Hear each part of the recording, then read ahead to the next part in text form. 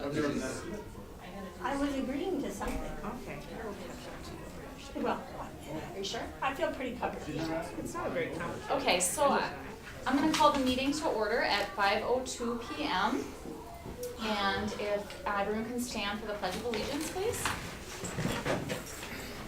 I pledge allegiance to the flag of the United States of America and to the republic for which it stands, one nation, under God, indivisible, with liberty and justice for all.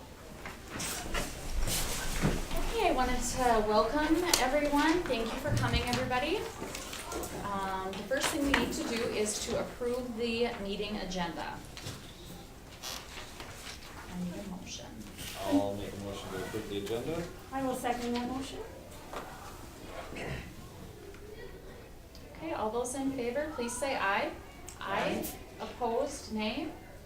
Motion carries, and we've got one absent this evening. Okay, 5.0 is community comments.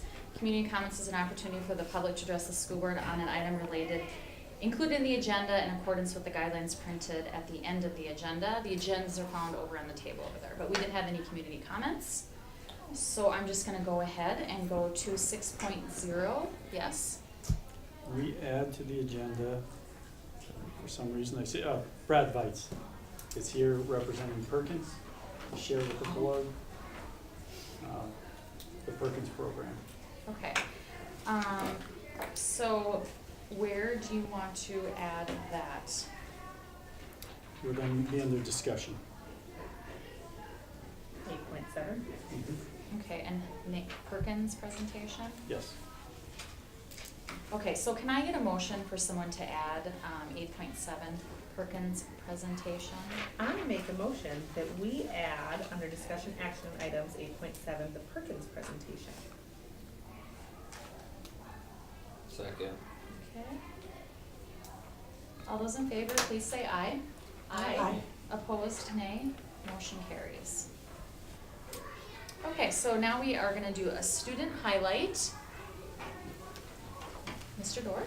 I have two, actually. One's on the agenda. We have our cross-country teams. I passed on to Ms. Wallstrom, but most all of these students are started ski practice. So we started ski practice and girls basketball this week. So most of all those students are in a practice of some kind tonight. Or we're at the empty bowl. Or they're at the empty bowls, possibly, yes. But boys and girls both made it to the state. The state meet did very well. We got 9th and 14th respectively, and wanted to recognize April Wallstrom. April's been a dedicated coach here. I think this is her 7th year, and has just done a fantastic job with this program. We have more and more kids each year, so we're real proud of them. And then I wanted to make one mention of the student body as a whole. On Monday, we had a Veterans Day concert, and we kind of addressed the students before our concert, and our band was marvelous, and the choir was great, but our student body was amazing on Monday. And I don't take those kind of things lightly.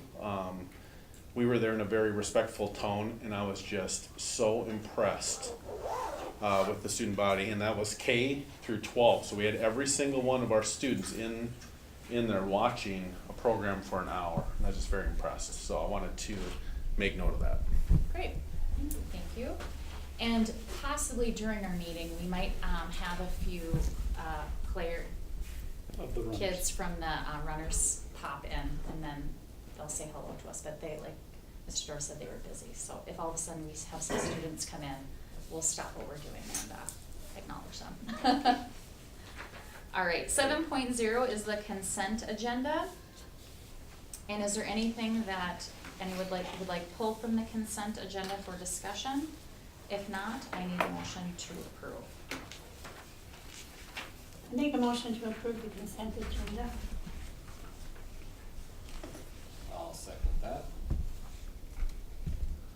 Okay, all those in favor, please say aye. Aye. Aye. Opposed, please say nay. Motion carries. 8.0 discussion action items. 8.1 Whitfleet audit presentation. Tim is here from Whitfleet. Hi everyone. Is here good? You're That's great. All right. Is then that on if camera you or wanna- video? Then the camera, you Actually, if you click. stand there, Yes. Mr. Dorr will adjust, so we That's make sure perfect. that you're in the frame and. So, I passed out this packet. We do this at every school district that we go to. It's just kind of easier to go through this than go through the financial statement back there. It's, 80 pages, nobody wants to do that. Yeah, so I was here, beginning of October, for the audit. Lori and Pam were, again, great to work with, and I guess I gotta give Tom credit too. He's just a delight.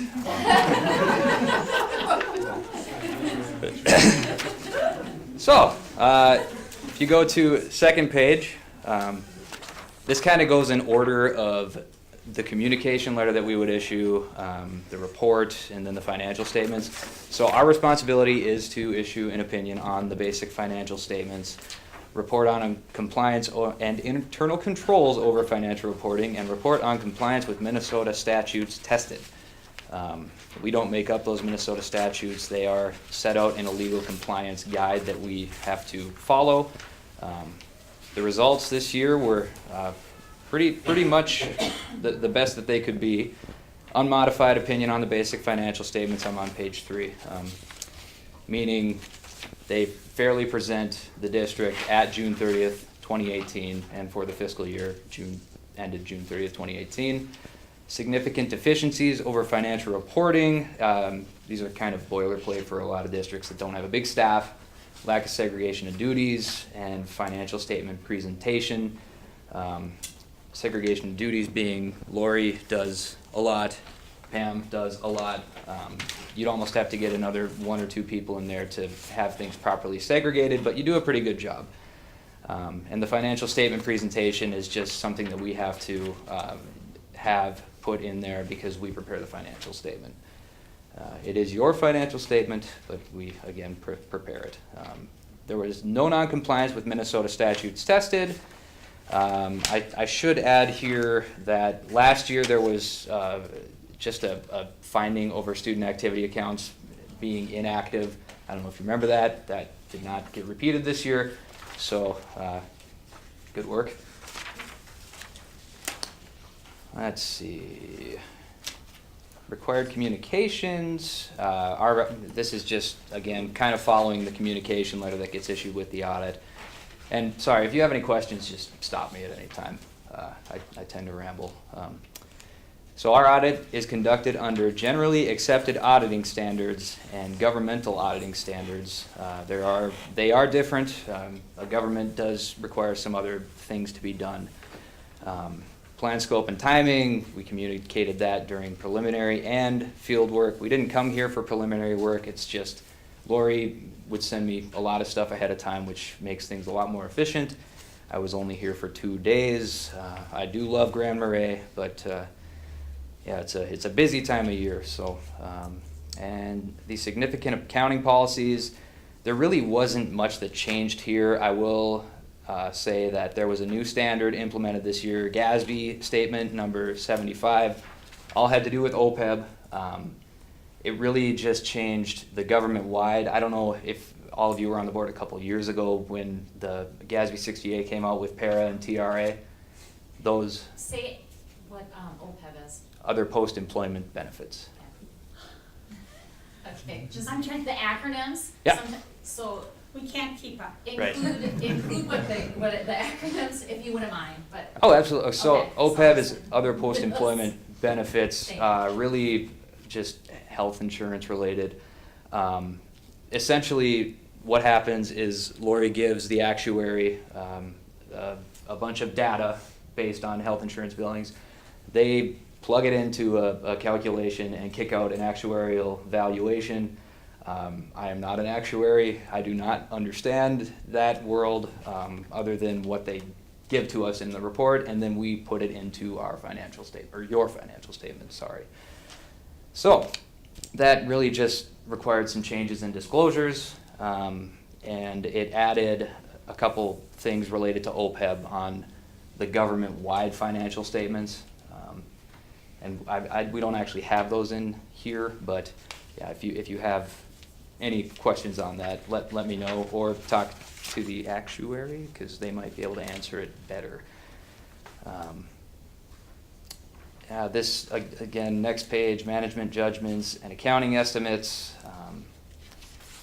Really, the major estimates are useful lives of capital assets, severance liability, the OPEB, other post-employment benefits, and the net pension liability. And that liability is related to para and TRA. Statewide, there's, again, an actuary is involved, and based on your contributions and how much has been contributed, they allocate a percentage of the statewide liability to each school district for TRA, cities, counties for para, and school districts. Non-teachers would be included in para, so. And lastly, on this page, there were no material audit adjustments. So, I mean, we found some stuff, but nothing that is material, so it wouldn't have really made a major impact on the bottom line. And there are no uncorrected adjustments. Let's see. Yeah, this one, no disagreements with management. There were no consultations with other accountants. As far as I know. Next page. Yeah, these are just boilerplate items. No difficulties encountered in performing the audit. Pam, Lori, very cooperative, very helpful. Records were available and in good condition. So that's kind of the end of the communication side of things. So student enrollment data, this is not included in the financial statement, but we just kind of do it to, kind of see trends of where the district has been, where they are, where they're going. Enrollment, based on, and this is all based on stuff that Minnesota Department of Education kicks out. So, according to them, Cook County's enrollment increased. Charter went down, but residents, that number increased by 16. So total ADM served, that does not include this charter, is 477 students. And this data flows through to this is just the same thing presented in a broken down, kindergarten, 1st through 6th grade, 7th, 8th grade, and then 9th through 12th grade. What we use this data for is to calculate general fund expenditures per ADM, that resident, non-resident number. And interestingly, and I will say that this 2018 number of $13,000 per student may change. The state seems to not finalize its counts until January, so they're kind of just fluctuating. But what we calculated is this district is spending about $13,000 per student, and how we calculate that is take just the general fund expenditures, so funds 1, 3, and 5. And we back out capital outlay, and then if there's any principal or interest, we back that number out. And I will say, I was questioning this $13,000 at first, but it makes sense because the capital outlay line item, if you look at last year's financial compared to this year, it is way down. So that, the reduction from last year to this year decreased by almost $400,000, I think. So the number makes more sense to me. And again, it could change. I would bet that it decreases if it does. But Cook County, you can see on average you're spending more money than the statewide average per student. I think I said this last year. You can look at that from kind of two perspectives. I tend to look at it as you're investing in your students. Certainly, I know there are programs available here that are not available everywhere else. So I look at it as a good thing. So yeah. Any questions on that one? No? Next one is just a breakdown of general fund expenditures by type. You can see it's color-coded. Salaries are obviously your biggest expense, benefits being the second. These tend to trend in the same direction and be kind of the ratio of total expense is consistent year to year, except if you look at the capital expenditures being capital outlay, for the general fund, that number went down. There's not actual numbers corresponding, but you can see the bar graph piece is much smaller for fiscal year 18. So.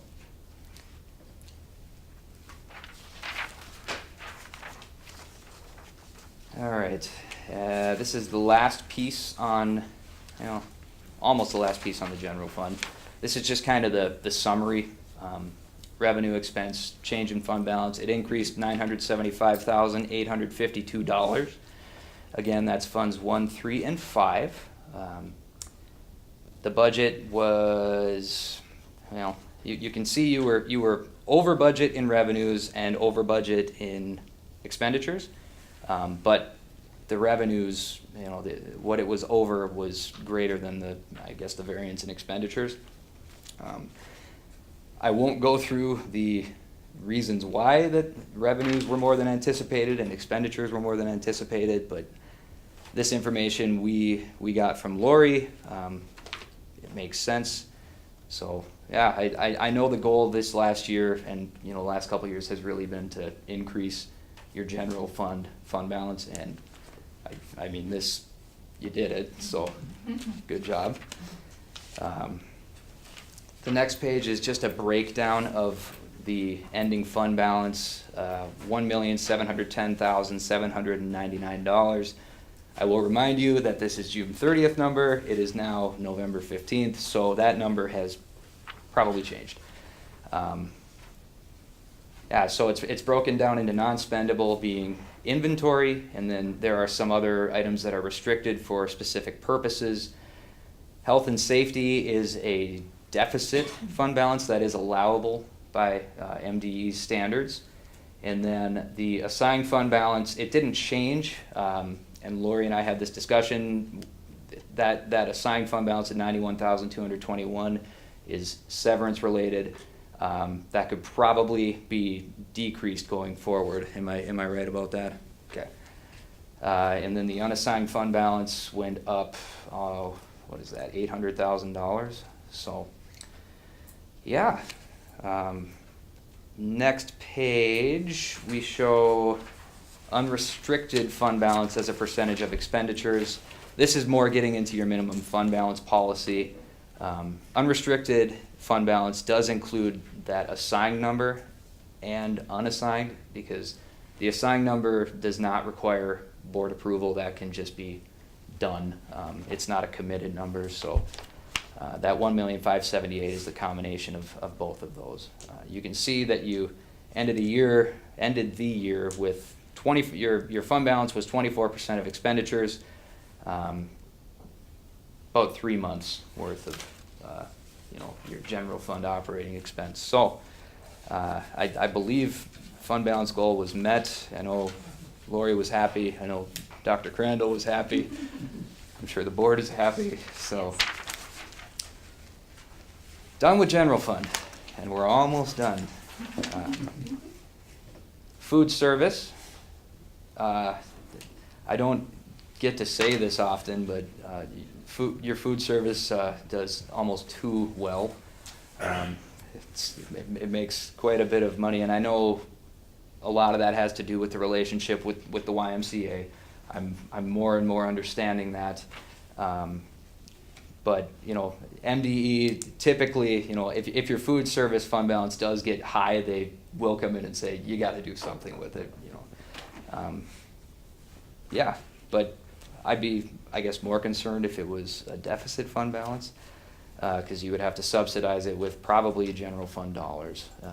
So it increased $44,838, ending fund balance $145,087, and that is broken out in inventory of $11,760 and restricted of $133,327. That is restricted for food service. Community service. This fund balance also increased. In fact, I'm not sure if any fund balance, well, there was one fund balance that decreased, but it's a good one to decrease. Yeah, community service increased $39,349. Ending fund balance at $92,044. Restricted for, there are various restrictions, and again, the school readiness has a deficit restricted fund balance. That one is also allowable to go into deficit as long as there is a plan to fix that. So, next page is debt service fund. You'll see this one decreased $2.7 million. Really, that had to do with there was a refunding that occurred in February of 2018, I believe. Those funds had been placed into an escrow account, and when the bonds that they refunded were called, that money was used to pay off the outstanding principal. So, yeah, this, a decrease of $2.7 million. Debt service really is, it goes up, it goes down, but you'll see fluctuations like that, so there's really no need for concern. In fact, having an ending fund balance of $298,000 from $3,033,000, it implies that debt is going away. I know that can be a good sign to some, a bad sign to some, but yeah, no cause for concern with a decrease in debt service fund balance. And again, that one is restricted for debt service and a debt refunding. There were some funds left in escrow. That's what that debt refunding ties back to. OPEB debt service. Lori and I had a discussion about this one. I think in fiscal 19, these funds might just be transferred into Fund 7 debt service, because as far as I know, there's no OPEB. Yeah. Yeah. So it's really just sitting there and earning minimal interest. Yeah. So I think at some point this year there will be a transfer from Fund 47 to Fund 7. And the last fund, building construction. Revenues of $53,000, that's just, interest, dividends, realized, unrealized gains. Expenditures, these are all capital outlay related. I know big construction project going on. So this one again is a fund that you issue bonds and the fund balance increases by millions of dollars, and then it's just spent, because those funds have to be used for construction. They can't be used for anything else. Ending balance of $3.4 million at June 30th, and I'm not sure what the timeline is for the rest of that project, but might be gone by the end of this year, might not be. It looks like you budgeted to have quite a bit more construction in fiscal 18 than actually occurred, but yeah. And me thanking you for your time. Any questions? Questions that anybody has? Thank you. I pretty much understood what you were talking about all the time, which is really an improvement over earlier years. Not you particularly, but different auditors have succeeded in helping one's eyes glaze over after page 2, and we stayed with you. I try to throw a little comical relief in there, at Tom's expense mostly. But, yeah. Great. Thank you. Thank you very much. All right, 8.2 bond update. All right, so the bond update is in your packet. Going through there, we did have a few bills that we paid for the security and technology, and there's some cabling and purchase of some Chromebooks. We have carts, and those Chromebooks are most likely be in the science area and in the library area for students to check out. Re-roof project, just working with ARI still on that, getting those, the drawings done and pre-planning. We had a little discussion about that this afternoon, and we'll have a little bit more update as soon as we can get that to the board. I'll get that out as far as when the project's gonna start and such. Bus garage is, that one is done. Vehicles, I always look at Mr. Nelson and tell him I do not want to hear him ask for another vehicle, but, so vehicles are done. There is some fund in there, so if that's something that we need to apply, looking forward, that may be, obviously we have some funds in there. Deferred maintenance is an area that we're working with, so we had some work on some locks and such with Northern Door, some lumber, and some other those are the last two bills that were in October. And we have some things coming up. We've been talking about our boilers, have some work to be done in some other areas throughout the buildings. FF&E, which is the furniture, fixtures, and equipment. We had some bills there and some furniture done. Obviously, we purchased something off of Amazon, so that's where you see that. And then the big project, which is the science and culinary arts area. You have to turn a couple pages because that had the largest amount of things gone as far as taking place there. Big payment out to Max Grape, now their final payments.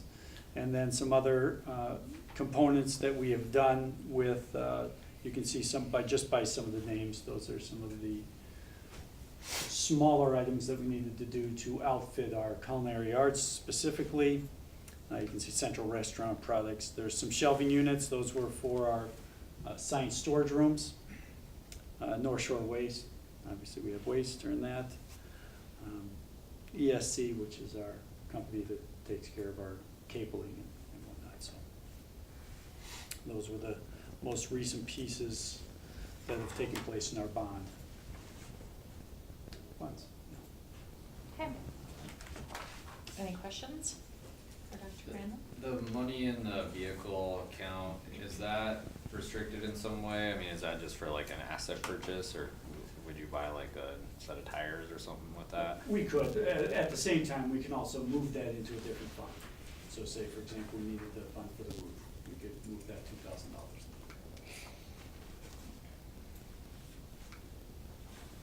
Or can buy a really safe vehicle to transport students in. Not with $2,000. For $2,000. That's the whole point of my comment. I got one for Sam. Less than that. Any other questions on the bond? Okay, then we will go to 8.3 to approve the expenditure revenue report, October 2018. I make a motion to approve the expenditure report.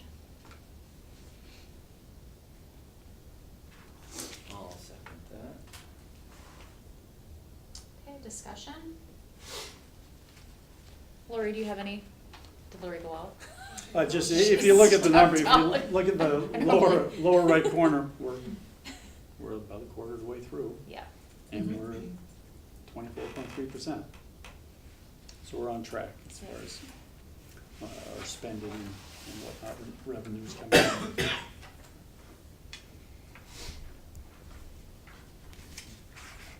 Okay, any other discussion?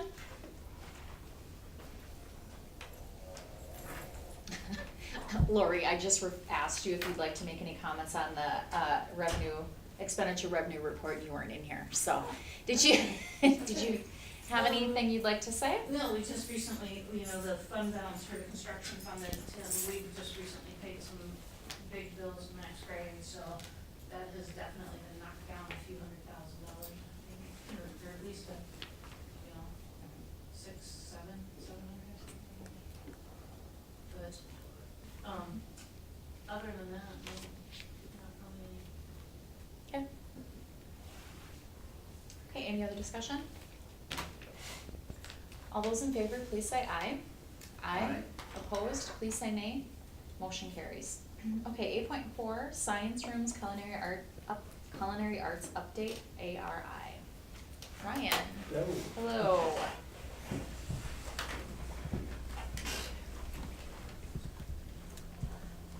I wish I could say that we were ready to be completed talking about the science and culinary arts area. Just give you a brief update, I guess.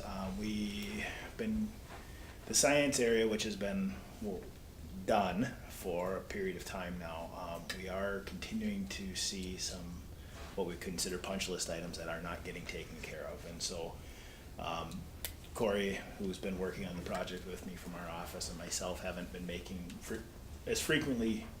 we're not coming up as frequently as we were at one point in time, because progress is obviously much slower because they're trying to pick away at these little things. And we've been waiting for them to tell us that they're done. They told us they were done, and they clearly are not with that area. And so there's a couple of little things still hanging out there. And so we came up today, obviously, to address the board, but also to take a look through that area so we have a better understanding of what really isn't done and what is done after our walkthrough today. So we will, in that particular space, be going back to Max Gray and pushing them as best we can. We are still holding a fair amount of money from their contract at this point in time to make sure that they come back and take care of the issues. The culinary arts area, I can't remember if this had happened before the last board meeting or not, but we do have a temporary certificate of occupancy or a partial, as well as we have our health department approval. So we have your operating license there. We have one, what I would consider a fairly large issue holding us up there, which is the exhaust hoods for the ovens. And so it's limiting the ability to fully utilize that space. We came up with a solution earlier this week, and they were here today starting on that work. My understanding is that they should be done with the installation of the new pieces of equipment on Monday or Tuesday, and then we'll have to test that in order to make sure that we're meeting the air volumes that we're intending, and then they'll have to kind of put things back together a little bit. There are a couple of punch list items in that area that are still kind of hanging out too, that we went through, and they're picking away at those very much slower than I would like. And so typically they have about 30 days to do that, and it's been a bit more, we're at 30 days for that area because we got occupancy. The state was here on, would you say the 16th, Corey? Yeah. So it's been basically a month now, so they should be really wrapping up the other little things, because the exhaust fan issue has no bearing on the rest of the little things that are hanging out there. So otherwise it's not really impeding the use of the space with the exception of those fans. And obviously with them working in there right now, you're also limited in the kitchen space. So I'd like to think that the fan piece will be done and we'll have full certificate of occupancy by I'd say the end of the month. Because really all we have to do is get that balance report and send that to the state, and they'll issue our full certificate of occupancy for that area. They've already given us full approval on the science wing, obviously, or we wouldn't be using, you wouldn't be using it in the capacity that you are. So last time I was here, which I can't remember if it was a month ago or 2 months ago I was here, but just kind of gave you guys a rough update on where we were dollar-wise on the project. And basically I'd said that we were at a point where we had some potential changes still at that point in time, and a couple parts and pieces that were still in flux a little bit as we kind of wrapped up the project.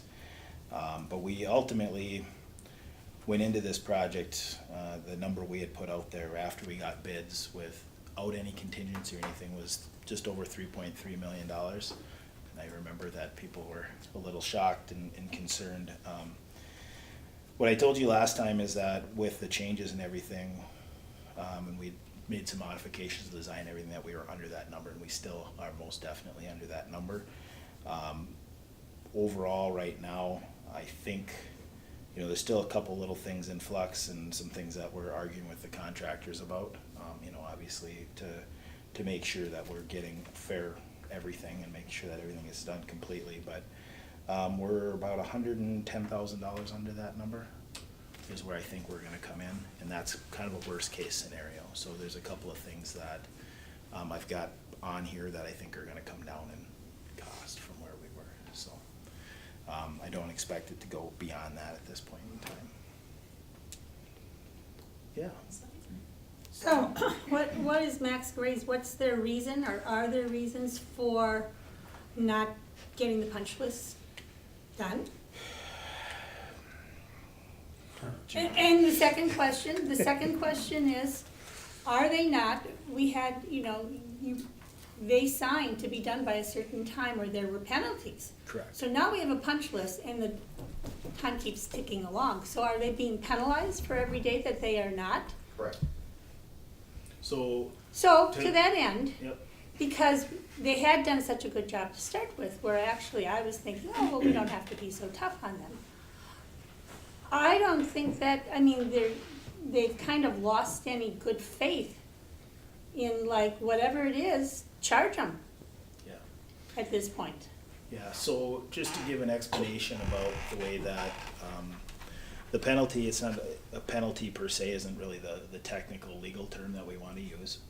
It's called liquidated damages, and so what it is there's a couple of different ways that you can deal with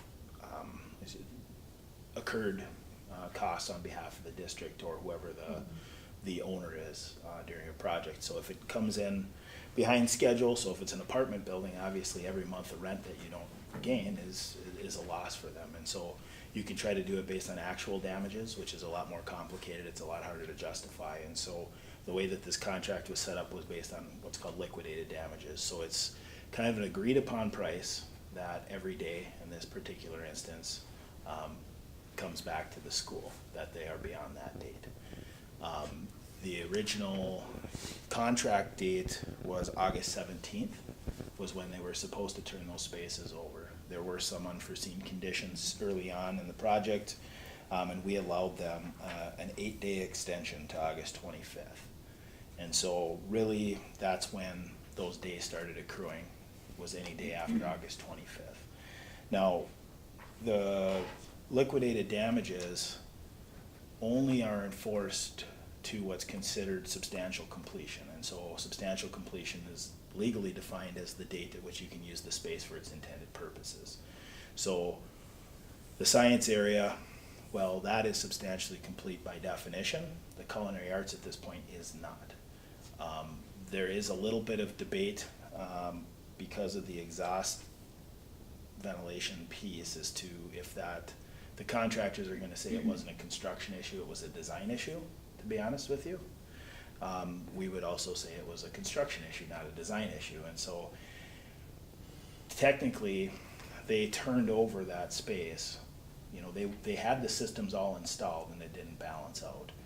And so technically, they turned that space over on October 19th. If you were to say that it was a design issue and they actually had fulfilled all the work related to that where you could occupy the space. If that attested, that would have been the date that we would have had established. And so there would be some negotiating, I think, and discussions that are gonna have to occur related to that actual date. But from the standpoint of the district, that is the earliest date that I would consider that space substantially complete from a legal standpoint. I've had that conversation with Max Gray already, and they would agree to that without any fighting, which is a positive. Which was what again? October 19th. So basically, I think the 20th is when you guys were able to get furniture into the classroom and start that piece of it, and they had the space cleaned up. So the 16th is when the building inspector was here, kind of signed off on things, and then they continued to work a few days to clean up and finalize some stuff. So there's, I think Mr. Nelson and myself probably need to have some additional conversations about, he's the boots on the ground here, so he sees exactly, what it looked like on the 20th when I think you worked that weekend, Tom. You can tell me if I'm wrong, but. That would have been MEA, and no, we didn't. You didn't work that week? Until Monday or Tuesday. after So there's some parts and pieces on that I need to clarify, with Tom, but. So I guess I have, and correct me if I'm wrong, okay, so we hold, we don't deal with Max Gray, that's what we hired you for, and that's what Correct. we're paying you to do. Yeah. All right, so, I just feel like I'm gonna hold your feet to the fire, because that's how this all works. And I guess I'm not happy that this isn't done. I think this is way overdue. And so I'm gonna put the pressure on you and say, conversations, no. Put pressure, I can't think of a stronger word that you need to do, but you need to do something stronger than a conversation. Because, you know, even though they may be just small punch list items, I think it affects our students when there's not a clock in their room, or there's not a paper towel dispenser to dry their hands. And I'm just saying a couple of these things because I know they weren't in there, maybe they're now, but not being able to be fully in using the culinary arts space, even if it was, you know, it's partially done, maybe it's all done. And if it was a design issue or construction issue, I don't really care, Right. and neither do the students. And so we're past, I mean, it is November 15th today.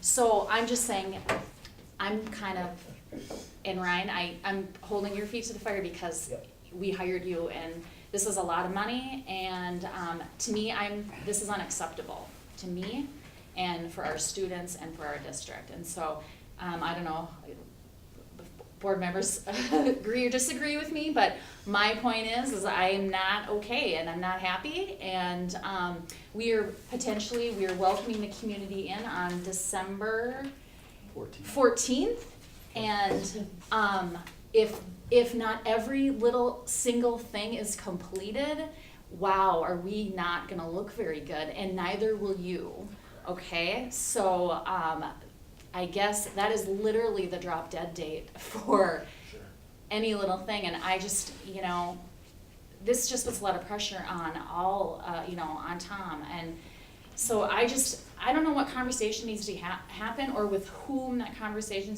needs to be happen with, but it needs to happen, it needs to happen tomorrow, and things just need to get resolved, and so. Yeah, I have a meeting, face-to-face meeting set up with Max Gray for Monday. Okay. Already. I'm gonna go up to their office, meet with them and have that face-to-face because I think that's important.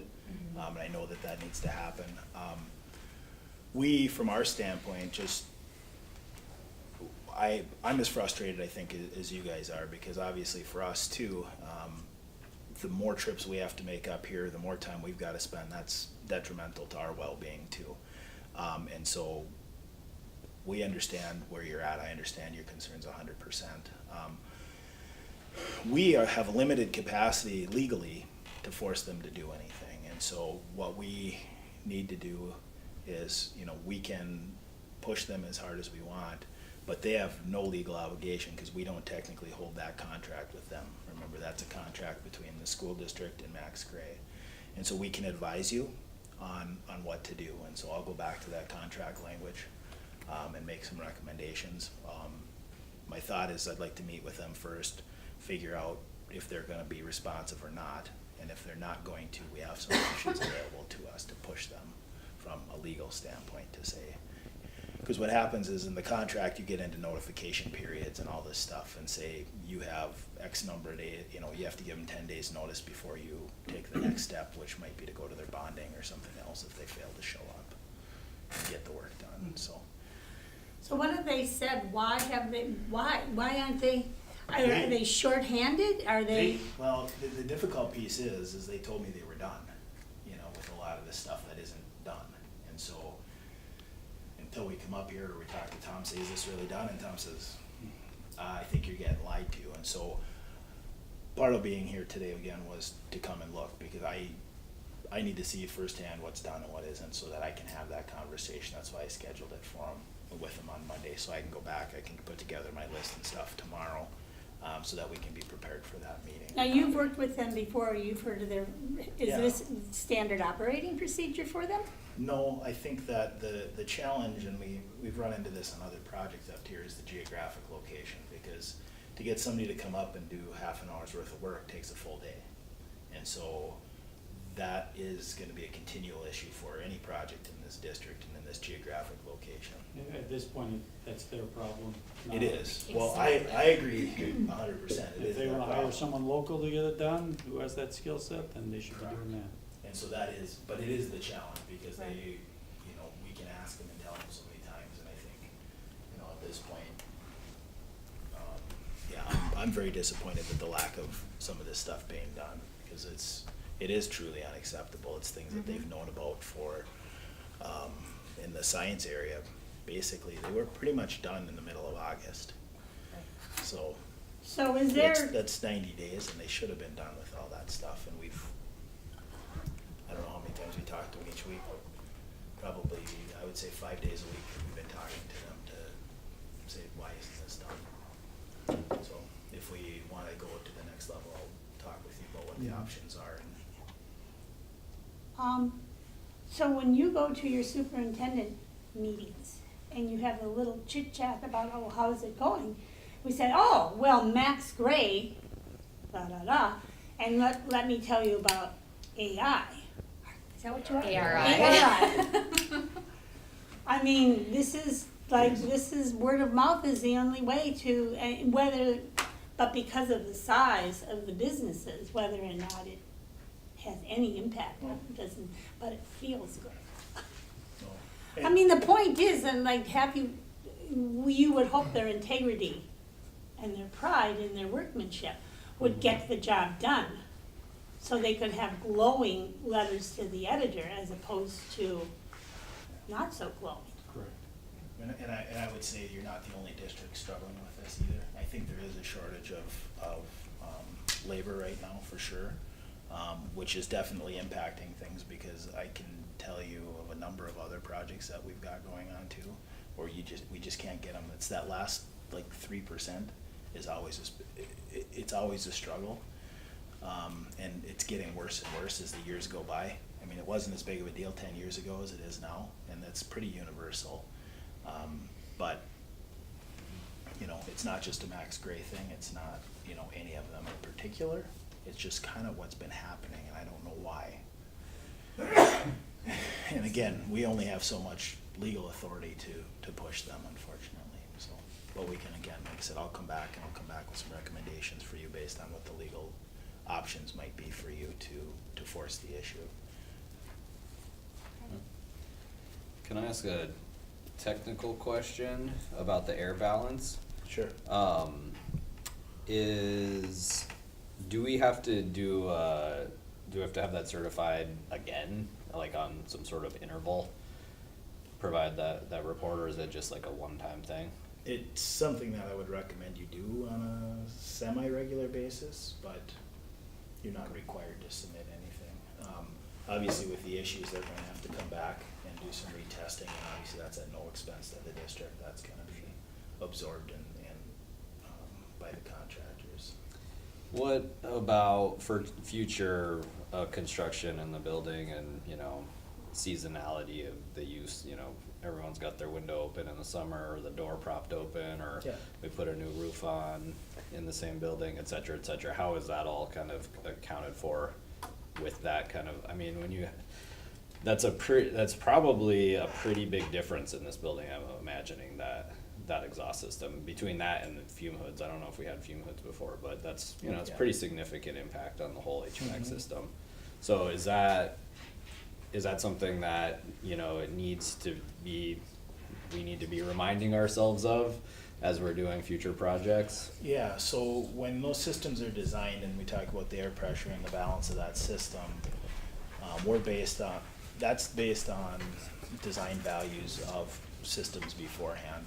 As you do a number of projects through the course of time, it will impact the overall, and at some point, it would be recommended to go back to the original design values in those areas and kind of retest everything. Mm-hmm. That's not an every 2 or 3 year thing, it's more like an every 15, 20 years. Mm-hmm. So it's not, you know, depending on how much stuff you're doing. Obviously, the areas that we're working in, they're testing and balancing that to what the design values are, but it can have minor impacts on other areas. Okay. You know, so usually we've got a design value for what's coming into that space, you know, in a remodel or whatever up front. The other thing is that we can also, a lot of the units themselves have variability, and so the whole system can be brought up where we can add additional capacity to it. Usually they're dialed down a little bit, so we can, in that process, typically you'd end up rebalancing a whole zone. Sure. Which would be part of the project if that was the case. That would be planned into the project. Okay. Okay. I'm sorry I don't have better news for you tonight. I Well, wish I well. did. I was really hoping it was gonna be a lot closer than it Yeah. is, and I'm very disappointed as well. Could we, they need notifications and everything, could we notify them that if they do not complete within X number of days, that we will hire, whoever the we is, will hire local subcontractors to complete the work and bill and deduct that from what we Yes. owe them? You Yeah, so have what that I'd like to do option, is, so why I don't have you to- and I connect on what Yeah. our options are and Yeah. let them know at your Monday meeting that yeah, we're gonna get that, it's gonna get done by November 14th. right. December. December, sorry. Yeah, that's, Yeah, we're yeah, going- it will be done. We're going back in time, that's good. Yeah, so there are a couple of options that way, and I think it's like a 10-day notice period that you have to give them. And so that has to be a formal letter that has to go, there's a process to that, in order to be compliant with what the contract language says, so. So we're being, we're legally obligated to follow the contract as written. I assume there's some sort of statute that limits, there's like a legal definition of occupiable or whatever. Is there some sort of statute that limits the enforceability of a contract written in a certain manner? And I'm just thinking about you talking about this trend of things not getting done, so maybe we need to start writing our contracts a little bit differently. It's an option. I mean, Yeah. that's why the liquidated damages were in there. It's, on the other piece of it, I mean, we could certainly apply, in the future, you'd have the option to apply that liquidated damages, possibly not to substantial completion, that's kind of the typical. But you would probably have the option to go forward and do it to final completion. Sure. Which would include the punch list, that's Correct. So that's at what time, and actually even beyond them doing the work on site, in order to finally close the project out, there's paperwork stuff that has to be filed. So there's documents that I know Lori needs for her auditing and different things, as well as just operations and maintenance manuals, those sorts of things. And so we don't give them we don't approve a final payment to the contractor until we have all of that.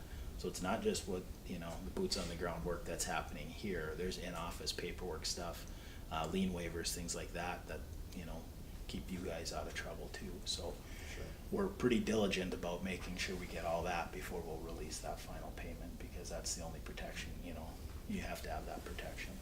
Sure.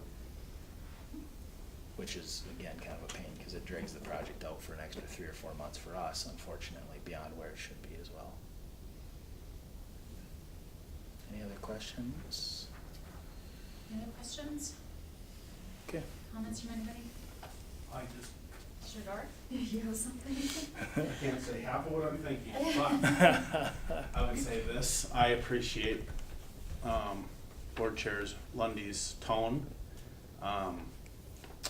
As a parent of 4 kids, and as somebody who is in this building every day, I have seniors who took culinary arts for the first semester.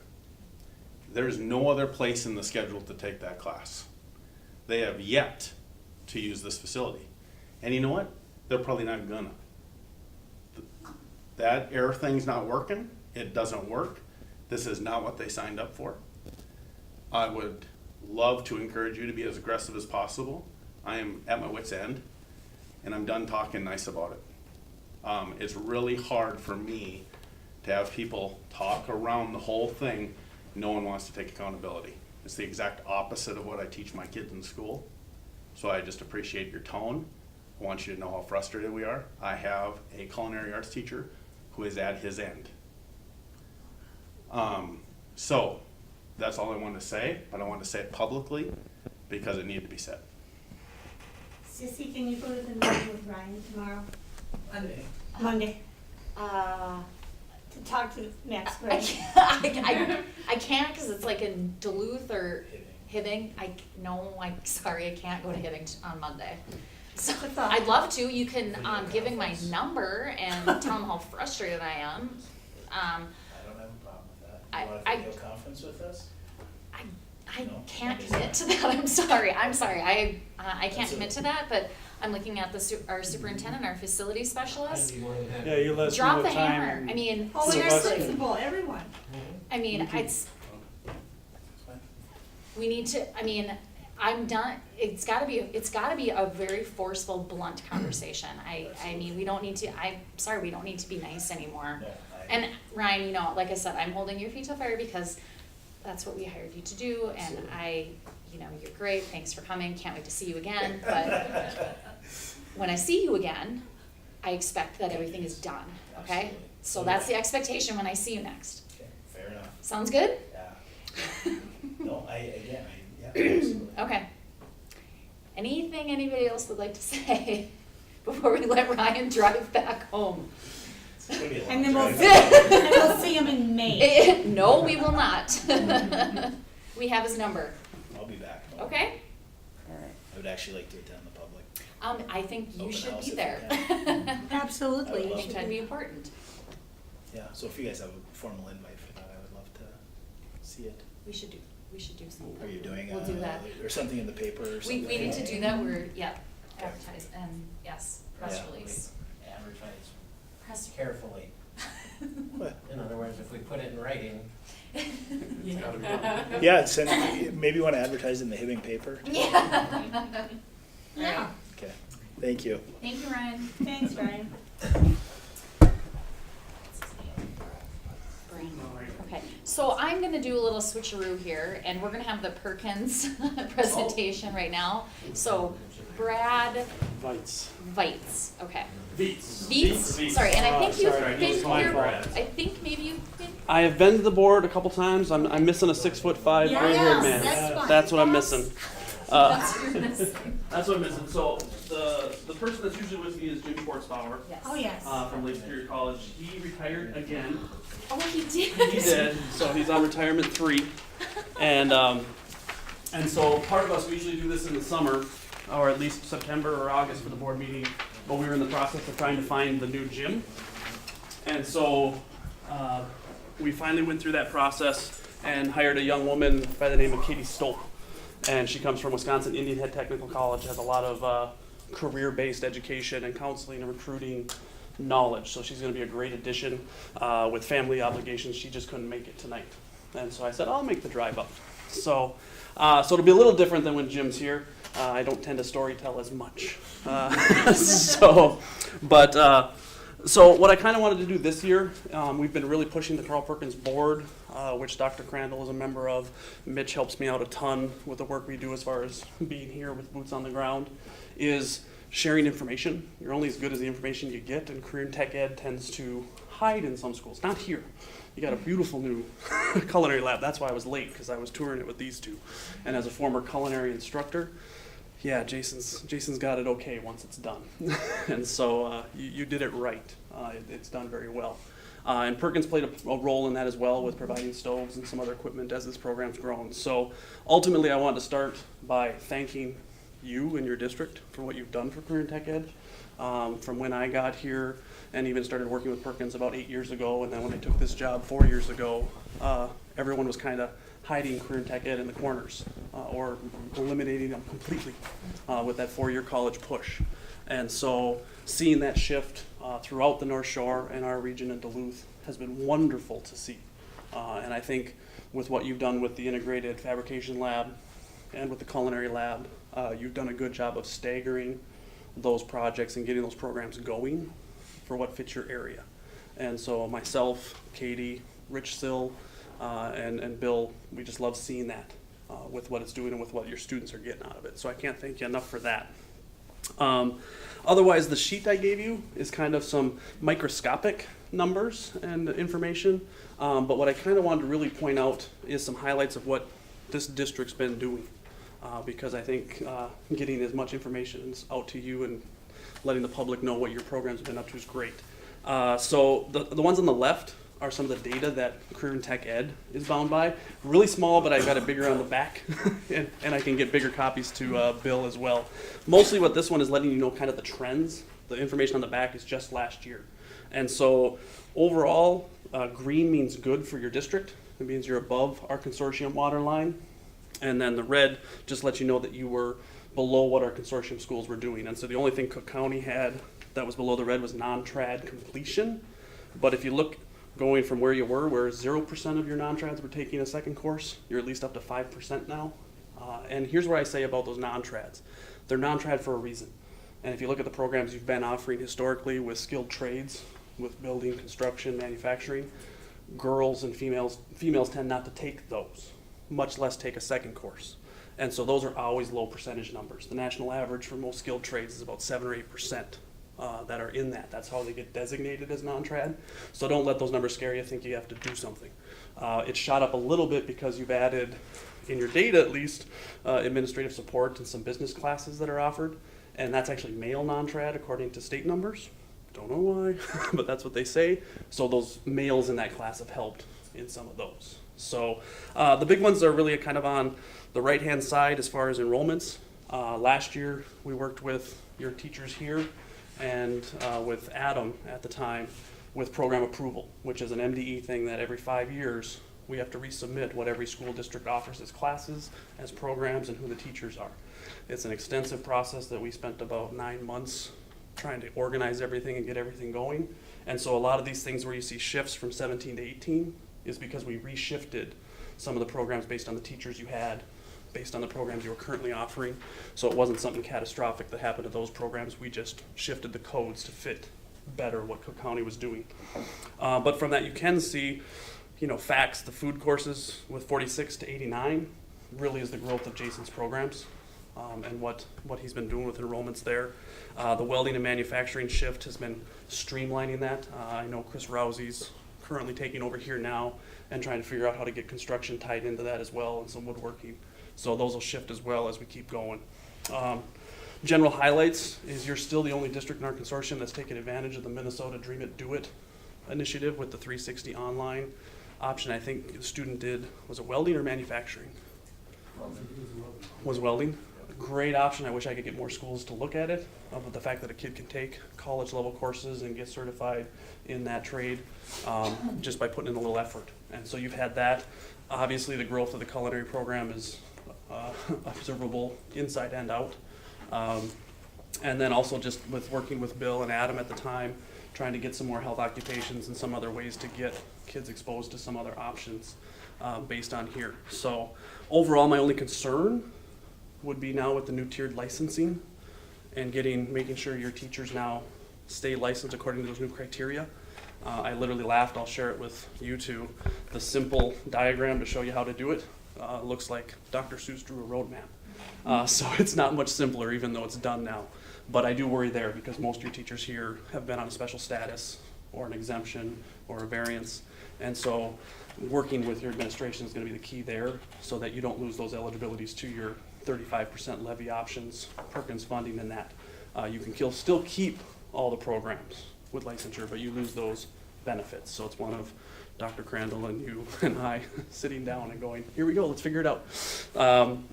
So on the back is kind of the big one as far as most schools are concerned, is what did Perkins actually do for you?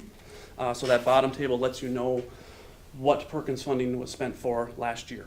You'll see most of it was for the culinary program because we knew what to build and getting that going. We really wanted to support that growth. And then otherwise it was some counseling events with career exploration events was really all that was asked for. Understanding with Perkins, it is a grant. And so you're at the whim of your staff, your principal, your superintendent, asking for money and having a good reason to ask for some of these, as long as we're trying to innovate, build a new program, and supplement what they do.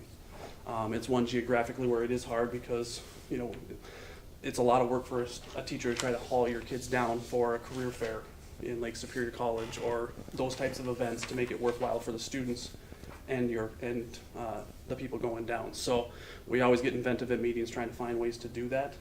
And I think here you've done an okay job of trying to figure that out. But overall, that's what we've been. The only last thing I'd say is we're still trying to work through at the state. We finally got things figured out, and then Perkins 5 was reauthorized this July, which is the federal law. And so now we're spending 2 years figuring out what all the new rules to the game are for career and tech ed. So I'll keep you posted on that as it comes. Just got another big packet today trying to explain what that is. So we're doing well in the region. Enrollments are up all the way up the North Shore and in Duluth. You're also starting to hear more things in the news about giving kids options as far as find your career path, whether it's straight to work, military, 2-year, 4-year, whatever. So it's fun for me to take on those roles and see where those go. So yes. Do you know, I heard on the news this morning that Virginia and Evelyn Gilbert are considering combining their schools and having a career academy? There's been discussion of a career academy and whether that's fully combining their schools or building a physical site to share career Okay. tech ed programs. That's the part I haven't heard from them, what they're deciding, but you are hearing that. So kind of taking their ALI, which is a funding source, they're looking at trying to even combine it into programs and limit some travel. So. That 5-year approval? Yep. Is that, are those 5-year cycles according to when you started, or is that for everybody, same 5-year cycle? They base it by geography. Okay. So our consortium last year started our clock again for 5 years. Now you can add programs and remove programs. That's the hardest part for me to try to start managing, and we started noticing gaps where Cook County added things, and if we didn't report it to the state, it didn't show up at levels. So I'm trying to get a better handle on that too, as we're changing 2 programs next year in Duluth. So I have to resubmit those changes to MDE, just so we know we've got it coded correctly. And really you don't notice it until the P files and Mars data comes out, or when you go to levy something and the state kicks it out and goes, we don't know what that was. And so those are ones where just trying to be proactive, and I'm trying to create documents to help schools go through that, because there's nothing sadder than October submitting your levy expenses and then having all of a sudden 3 teachers kick out because you didn't have something proper in those codes. So I'll try to get stuff to make sure that helps with that, because it's huge for everybody. So any other questions or comments for me? Well, I just really appreciate the Perkins funds, and thank you for coming. It's, it's always, these funds always directly benefit our students, and so we just are very happy to be part of it and really appreciate all the, all of the funds that come our way through Perkins, so it's great. So thank you for coming. No problem. And again, thank you, because it's, career tech ed is tough because they require smaller classes. They cost more than the average class. As a former social studies teacher and culinary teacher, I know the difference. Textbooks are a lot cheaper than stoves and knives and all that. So it's a battle, and I think the kids are worth giving that to get those career skills, because that's important. And to that end, we need to thank the taxpayers of Cook County Correct. Yes. Yeah. for approving the referendum, Yeah, so we could do this. so we could do that, Yes, and that is huge that your district has done that. Yeah. So, anything else? All right. Thands for coming. I'll head Yes. south. Thank you. All right. All right, so now we will get back on track and do 8.5 World's Best Workforce Results Data Walk. And we're gonna see this. So we've got So we've got 2 things coming. World's Best Workforce, just gonna let you know how our district did based off of our goals, and I'll go through a little bit more. That's what the WBWF, it's World's Best Workforce. And then some school data, we talked about, one of the board members asked about, for example, our middle school, elementary, so I've got some information on there. You did get some information, I think, sent to you earlier as well. So, World's Best Workforce, there are 5 goal areas. Are our kids ready for school? 3rd grade, by 3rd grade, are they reading? Racial economic achievement gaps, we need to close those. Are they ready for a career in college? And then graduation rate. So those are the 5 goal areas that we need to address in the World's Best Workforce. Those are like generic goals, they're not Correct. specific for us. No, That- that's we didn't write those. every school district. Okay, Yep, written by the state. okay. So now we're going to get into our goals into these areas. So all students ready for school. In 2016, our district had 88% of the children begin kindergarten at age 5, and all children beginning at age 6 were retained in kindergarten. So they were all retained. By 2017-18, so this last year, so this data is relative to last school year. We'll maintain our 88% of children beginning kindergarten at age 5 with no retention in kindergarten. And our results, the Cook County School District did not retain any students in 17-18 school year in kindergarten, so we did meet our goal. The year prior, we had, I think it was 3 kids that we ended up, they were retained. And I just made a note on this. This is from our kindergarten teachers and preschool teachers, that we do have some families, or have had families, choose to do another year of preschool and start kindergarten as a 6-year-old. Parent prerogative. Next goal, all students in 3rd grade achieving grade level literacy. And so the goal, we use our NWA, Northwest Educational Assessment scores, and we use the spring 2018 reading benchmark of, so 70% had to hit the 158.1. I've got more data from NWA coming in. So the goal statement there, 61% of our kindergarten students were at or above that level in the spring reading benchmark of the 158, so we did not meet it. So we were shy by 9%. For kindergarten, for 1st grade, 70% of the 1st grade students will be at or above, and their mark was 177.5. We had 70% of the 1st grade were at that with a score of 177.5 there, and we met that goal for the 1st graders. For 2nd grade, it was a little higher level, 80%, and their benchmark was at 188.7, and we had 81%. And so we met that goal as well. And then 3rd grade, we looked at 65% of 3rd grade students will be at or above, and their mark was 158, and also meet the proficiency MCAs. That's the first year they can take MCAs, Minnesota Comprehensive Assessments, and that result there, 79% of our 3rd grade students met proficiency on the MCA 3 reading assessment. Our 3rd grade students did not take the NWA math. Only our kindergarten, 1st and 2nd grade took it last year. That was a school-wide decision. Note, and then that was what our note is there. So we did meet the result based off of our data with our MCA data. So we met that goal. The next, close the achievement gaps. And so our goals here, district-wide, so we have district-wide and we have one for each of the buildings, which will be on the next slide for the other buildings.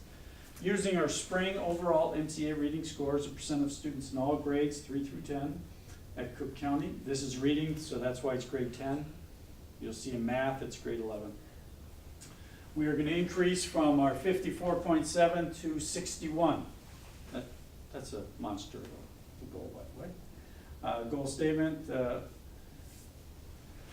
we end up with 56.1 of all of our students at Cook County met proficiency, so we did not meet that. We did increase, which is good, by 2%, which is, when you get right down to it, that's your normal increase. So we were pretty aggressive, to say the least, to move forward there. In the Sawtooth Mountains, so we're looking at elementary, and so when we talk elementary, it's not the full elementary, it's just grades 3, 4, and 5. Similar goal, reading scores improving. We wanted to go from 69.3 to 73. And in this case, we ended up moving up to 70.7. So a little over about 1.5% movement in the overall kids meeting proficiency, so we did not meet that goal. Dr. Crandall, did we Yes. set these goals? We did. Yeah. Okay, so our teachers must have thought we were going to meet these goals. Correct. So have they taken this information and now they're coming up with a strategy? I mean, where did they go wrong? I mean, I'm rhetorical, so that, you know, so are they going to do this again? I mean, We have goals again that we will have, well, for this year, yes. And we talked about this, if you recall, at our last board meeting up in Grand Portage. You never know what the day is. You know, they could have gotten to school late, they could have not had a meal, or who knows what, you know, on the mental side, as far as the And mental that health would be side. really good to explain to the public one more time about how touchy these scores are, in that if a child does not show up and there are 12 kids and one does not come for whatever reason, it's a 0. Also, if they opt out of the assessment. Which is another, it's and is a that 0. opting out something that is that this? Any parent can do. In any parent any can school opt out. district or just? Correct. In the whole Yeah. state, This yeah. is a statewide Yep. assessment. Okay. It appears they set some pretty rigorous goals, They which did. I think speaks a Yeah, lot we- about the faith of our teachers in each Mhm. other and in our students. Yes, they were lofty goals. Yes. And so in this case, this is middle school, and reading, they wanted to go from 39 up to 48, so close to 10 points. We did move up, came close, at 46.8. And this is in reading, but it wasn't at the 48, so we did not meet. And in high school, as you can see, the theme is we were working on reading.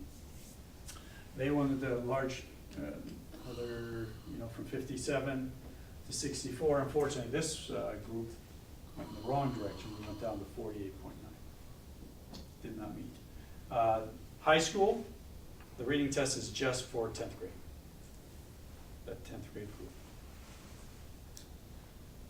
And so when you think about 10th graders, we have, for example, 10th grade, we have 49 kids. So, one child is 2 points. So, going from here to there, you're looking at 4 kids and you get there. And something else with this test with high school students, it's not the ACT where they have a high value, where it can be a college placement test.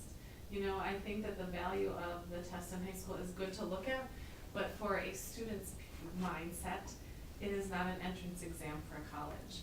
So, it is a data point definitely for them, but it is, another test. And I'm not taking the prep classes for this test. And this may be something, going back to what Ms. Meyer said, one change that they have done, and we need to really share this message with our 10th and 11th graders, is that, and I don't have it inside my head, but there is I'm going to use the term cut score. If they hit this cut score, they don't have to take the AccuPlacer, which would be to get into like a Lake Superior College or a community college. That is, in essence, kind of it's not a college entrance. What it says you're college ready. They used to have, years ago, I think it was stopped back in 2013, where your reading tests and your math tests were actually also they called them the grad tests. So you had to pass at a certain set cut score. But that is a value piece. If I'm an English teacher and the students ask me, well, what's this do for me? For a number of years, there was no real response because it did not have any bearing on them after the grad component was taken out. Now, if you take it, you don't have to take your AccuPlacer. You're good to go if you hit, like I said, you're proficient. So that's where we are in this world. Not an area that we definitely need to improve upon. Next goal is career and college ready by graduation. So we're looking at our 10th through 12th grade students will have been provided the opportunity to take no less than 2 career or college readiness exams, and we use the ACT, ASVAB, SAT, and the AccuPlacer. And have the opportunity to schedule time with the school council in order to help guide them towards future college or career options upon completion of the 11th grade year. And then all 8th graders will take careers course as part of their exploratory electives. So the results in this, all of our 8th graders did take a careers course. In that, they take I don't know if you look at this paper again, Perkins. On the back, at the very top line, it says, I have to say it right, Naviance. That is our a career exploration assessment tool that we use with our 8th graders. And so all of our kids have taken that in 8th grade. And then during the 17-18 school year, we did ASVAB was available for our kids, ACT, SAT, or the AccuPlacer. So any of our children who took any of our college and schools or articulated courses, they had to take the AccuPlacer. Anybody who did PSEO had to take the AccuPlacer. So we mentioned that 360, they had to take the AccuPlacer, for example. ACT and AccuPlacer, I know for sure we had 80% taking those. Why is that Navion's not one of the metrics? We used that actually in our 8th grade class, so I don't know why it wasn't put in. Okay, in the goal. gotcha. Actually, just That's so not you, in the so you right- know, so just to let the board know, I'm meeting on Monday, actually with our preschool staff to look at our school ready goal, and then a meeting with administration along with our counselors to work on this goal. It seems like, according to the gentleman who was just here, we do have a pretty strong, career readiness program, or at least it's getting stronger. Yeah, one of So the that's great good things that we leverage. do have, that we've had traditional, or I shouldn't say, I don't know if tradition is the right word, but we've done it probably for the last 3 years. Mr. Hoffman had that great career day, so that's something we'll be discussing as well, is are we gonna continue providing that? And the Chamber of Commerce was real pleased to have that. You know, and speaking of all these other courses and whatnot, I personally would like to see more results of what these, you know, Oh, what are they called, just make a note to see how our the other. CNA, how many kids Well, were- and how they do on their testing as well in these specialized areas, because everything's so focused on reading and math. And while those are very important things, we're doing a lot of other things here to help, help our students be prepared for whatever their next step is. And I'd love to Yeah, if know you're how going- successful we are. Like the In AP those. test scores? Yeah, AP test scores and different things like that, I think. I asked you about that at one point, you said it would come up eventually, but Yeah. let's see that yet. Any Yeah, grant- we should oh. have all those scores now, right? All from Yes. last year. So so it would be great to get a report on how we did for all those AP classes for. I'll get that, so Good that'll be place. in our December meeting. Yep. and CTIS. Yep, Yes. thanks. So our last goal area is in graduation, so all high school seniors in the class of 17, just so you know, so once you enter 9th grade, you become part of that cohort. If you remember, we discussed this last time. All right. And so it's that group coming through. And so we're looking at our graduation rate increasing from the 87.8 to 90% or higher in 2017. And our graduation rate, this is the data from the Minnesota State report card, which anybody has access to. We are at 90.5. So it's gonna get tougher now to increase. And that was our graduation rate in 2007. It's 2017 because that's the most accurate data. So we're always a year behind on this particular goal, just because of how that's calculated, because kids can continue to graduate and would be on our 2018 data. All right, so that is where we're at with the world's best workforce, and it's the summary that I'll be sending in. So now I'm going to talk about the MCA, Minnesota Comprehensive Assessment, and we're at the 3rd phase of that, and NWA. Some of this you've seen, so I've got it broken down for the 3 schools, and this is our trend from 15 through 2018, so you can see our math scores. And if you want to compare, you can compare to the state in reading, math, and science. So we are 44 to 40, down, down, down, unfortunately.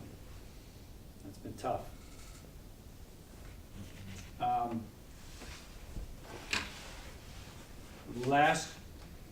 Yes, it was last year, is when we,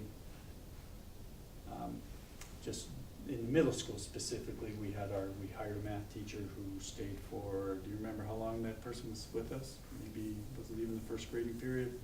And we ended up with a community expert in there, because nobody with a licensed math. 4 weeks. Came with, it was 4 weeks. And so, great with our kids, but, not a trained math teacher. So that's definitely an area that we need to address, and we're very much aware of that. Reading, similar, down, down, started going back up, and bumping back up, so we're on a good trend there. And then in science, you can see our trend up, down, back up, moving in a positive direction in science as well. Unfortunately, comparing to where the state is, we're still behind the state. But we are, for reading and science, we're trending in the right direction, which is a positive piece to see that. That's the middle school, which is 6, 7, and 8. So for high school, the blue areas are where we are at or above the state. So that's why I highlighted the blues. Trend here, going up, going up, going up. So our math in high school, positive direction. Remember, math in the high school is assessed at grade 11 only. Reading is assessed at the 10th grade. You know, a big jump here, move down, so unfortunately our reading is trending in the negative direction. And science, you can see, jumped up. This could be one student, by the way, bumping down, and then bump way up last year in science, which is great to see. And you can see the two areas in math and science where we're above the state, at or above the state for our high school. And now in the Sawtooth Elementary, high, bump down, come back up to our 2016 level. Reading is where we're fairly successful there. You know, basically stayed about the same and pretty close to saying that's probably like one student here. And both of these years we were above the state average in reading. So reading we're, as you can see, obviously we're doing fairly solid work there for our elementary. Science,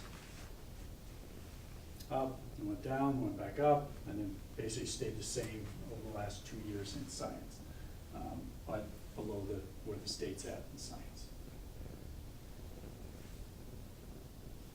So that's MCAs that we just went through. Remember, that's that one ticking time. So NWA, we did make that change last year. So this the section of data here is going to be kindergarten, first and second grade. I also have some third grade data because they took it in the fall and then in the winter, not in the spring. And so that was back a number of slides. So NWA, Northwest Evaluation Association. It is a growth test versus just a flash in time. They use something called RID scores, which is a Roche unit. It's how we interpret the test. And get right down to it. I mean, there's, if you really want, you can go out and Google it and really get into the detail, but it's pretty complicated of what this Roche unit actually is broken down into. It relates directly, the RIT score relates to our curriculum, so it helps us with our curriculum if we have holes in the curriculum based on the evaluation of the scores. In each of the subject areas, so they do math, reading, and science as well. It helps see the child's progress, individual child. So as a teacher, I can see my whole group as one score, but then I can look at each individual child and see where they're at. They actually can dig into not just, I see that they move from, I'm just going to, 120 to 125. Oh, they grew. Well, I can actually then look at the next, drill down a little bit further. Where did they grow? In what area? Did they go backwards in another area? Or were they growing in all the areas? So you can actually dig into that data. MAP measures students' progress and growth in school. Measurement of academic progress, makes sense. Testing information is important, just as I was talking, indicates the student's strengths and help that's needed in any specific area. So it actually gives you some information regarding that. We do fall, winter, and spring. The fall is your baseline, and then obviously in the spring, it's going to tell you your growth, and there's also a midpoint too. Once again, that midpoint's somewhat critical because that's where you can, oh geez, I'm missing this group of kids as a teacher if I see it, or I look at it based off of the data, I see, oh, we're not hitting this particular, if it's a standard or section of, maybe it's in the comprehension area in the reading. But that would give you information. I just threw this in there. You'll see the scores, but you can get a very high score, 265 in NWA, or and 285 or more on the math test. So that was for the reading, and then 250. Reading and math. Those are your typical scores, are 240, 250, but you can get a 265 or 285 on the reading or math. So where are we at? So, grades are across the top, K, 1, 2, 3. So, our scores were 140 in the fall. In the spring, 162 with a change of 22.1. And then for math, 141 to 163 for a 22. I'm going to actually just jump real quick here to the next.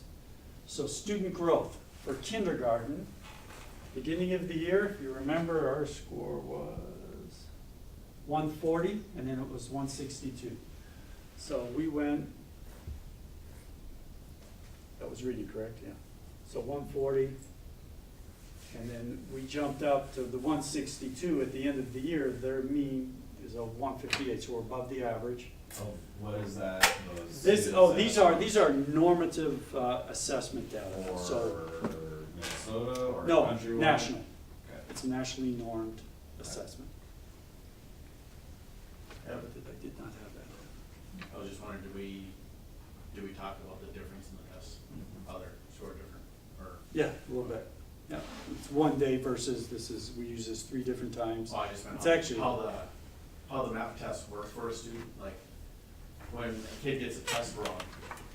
the question Oh, I didn't know. I changes. did not. Yeah, the question I did change not gets talk about that. easier or harder. Yes, so when Yeah. a kid gets a question right, it gets harder. Yep. So the tests adjust with the kid. That helps us a lot, like, is a kid below grade level, way above grade level, or things like that, and so, what Dr. Crandall's going over, gives us a really good picture when we do the EWA testing. Question. So, Mitch, does that mean that these are all on a computer? I mean, do the kids get to take these tests whenever they feel like it, or, no, it's a sign, you know? We we're want testing to do it in the today. fall, but they don't, we're not gonna have them, it's not like you have to do it on this day, Oh, and that's the only thing. MCAs, and we have a window for MCAs as well, we have a period of time that we can do that in, but it's a pretty tight window. mhm. Where NWA, so if a child's gone for a week and we tested on Tuesday and they weren't gone that week, I can still test them the next week. Oh, I can get my baseline data, the same thing with the mid, same thing in the spring, up a year. And It's something not so else with that, restrictive. with the adaptive testing standard with the NWEA, students feel success because they're not having to take the exact same questions as their neighbor.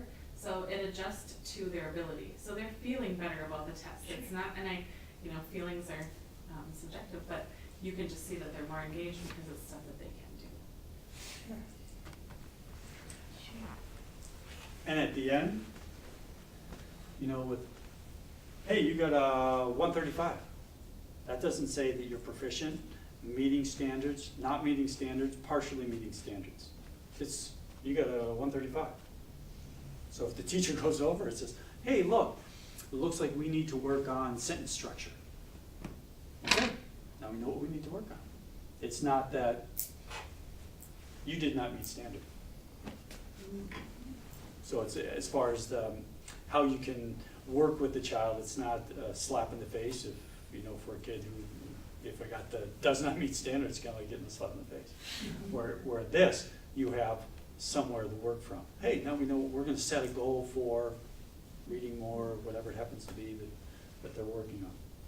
And like Mitch and Dr. Crandall said, and we talked about at Grand Portage, it's also a talking tool for the teachers, and it is an informative test where they can take those results, those immediate results, look at them, dig into the data like they said, and teach to it.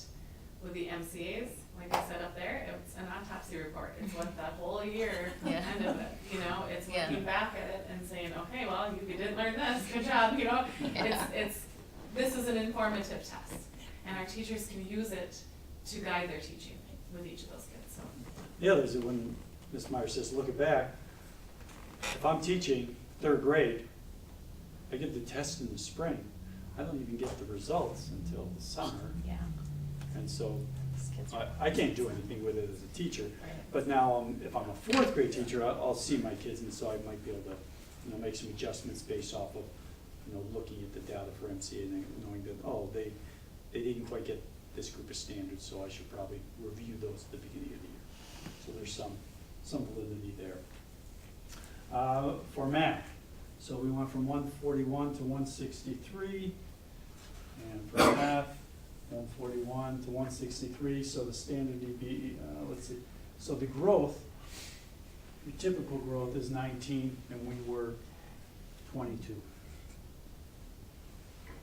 You know, so our kids are growing, our kids are learning a little bit above what the average is, which is great to see. First grade, 161 to 180, you know, 19 and a 21 there increase. Let's see, so 161 to 181, and so right about the same to 181, so we're a little bit above. So once again, growing there. And then in math, 162.8 to 184, so 162, which is right on to 184, so once again, slightly above. So we're seeing some good growth in the year, and actually that's the trend that's the trend you're gonna see as well. 179, you know, we bumped up by 16, 179 to 195, and it's reading for second grade. 175 to what did I say, 85 or 95? 95, so good growth there. And then 17 points here, 182 to 199 for math. 182, so we start off higher to 199, which we should end up higher. We did, like 7 points. So, but you know, thinking about the standard deviation component as well, it kind of mixes up. We're well within those parameters. If we're above and that difference is larger than the standard deviation, then that means we're like really above. If we're above, Yeah. and if that, the amount we're above is So if we within were the at, number of standard deviations, then it's like, it's statistically less significant. So for first grade, if our end result was 190 over 193, 194, we weren't there, whoops, 194, you know, if this would have been 194, it would have been, you know, wow, blew it out of the water to say the least. And then I put the W because they took that in the winter, so they only moved by 11 points, but 194 to 205 in reading for the third graders. And so for reading third grade, 188 to 195, right on track there. And then they did 194 to 202. And they were a little bit above here and a little bit above there, so basically showing normal growth. So our kids are learning. Really, it's great to be able to see that. Even though our MCA may say that we're below state average and such, we can see through our NWA scores that our kids are progressing at a normal rate. So quick question about the MCA data, that's just administered in Minnesota. Correct. Now, is there any sort of,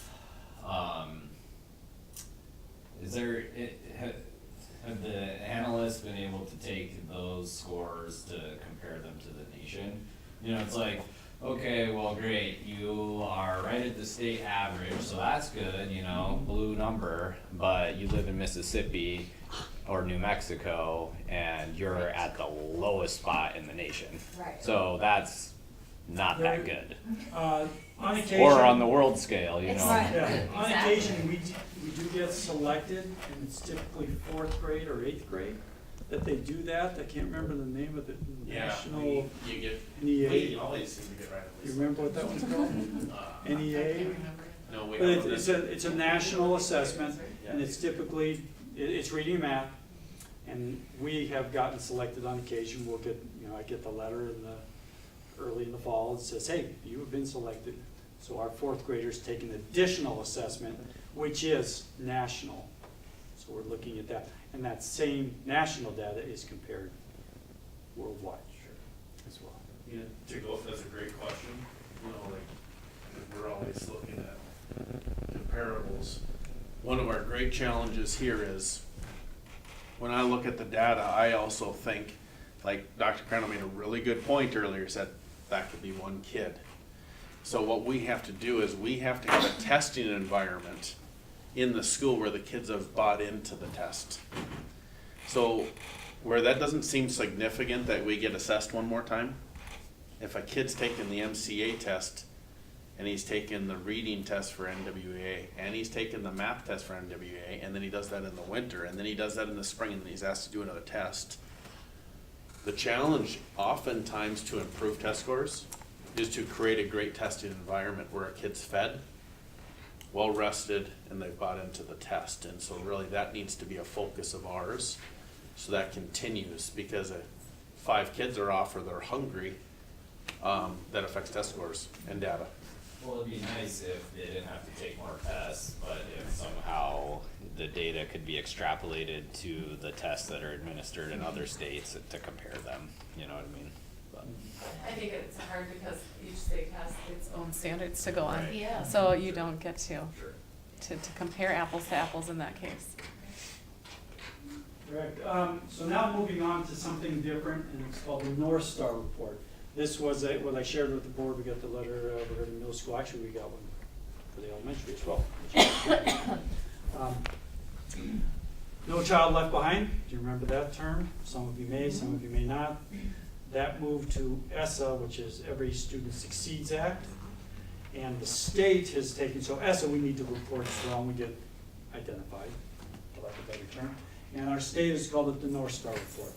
A few years back, just when I say a few years, it's 2 years really, the MMR, which is the Multiple Measurements Report, rating, actually, Multiple Measurement Rating, which was looking a little bit more of a holistic look, similar to what the North Star Report, and I'm going to explain what it looks at and how you get rated.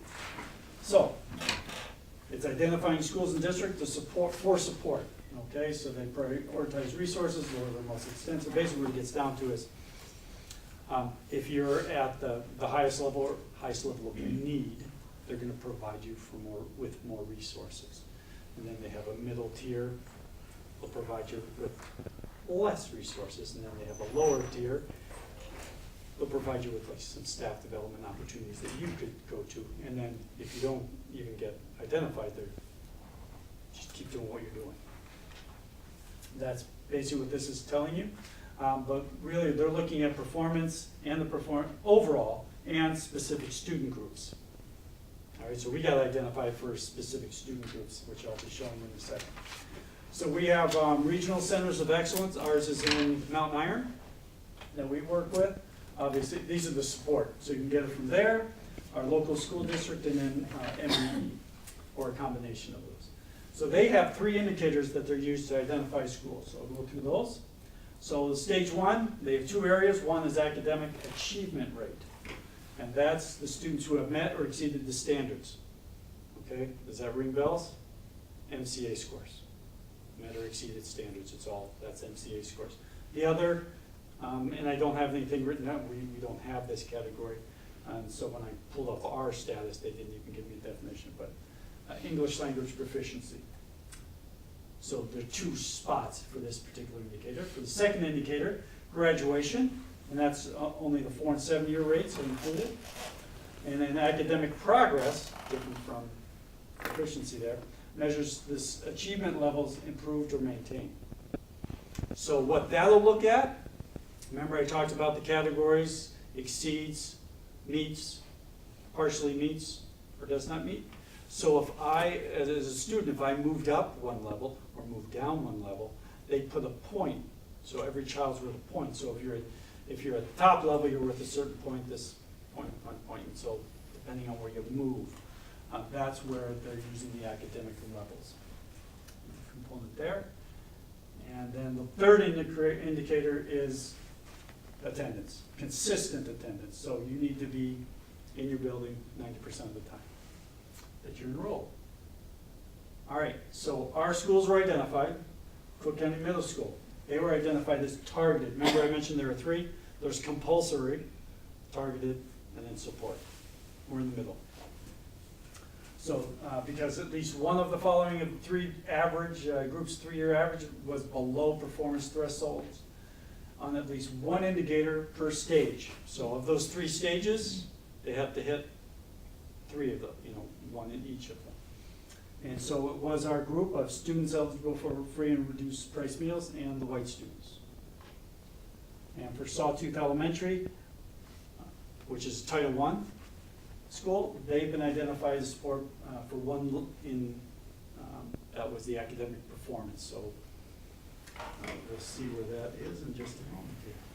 So for the middle school, as I mentioned, our support, so we're able to participate in some specific specialized professional development and networking opportunities provided by our regional centers of excellence.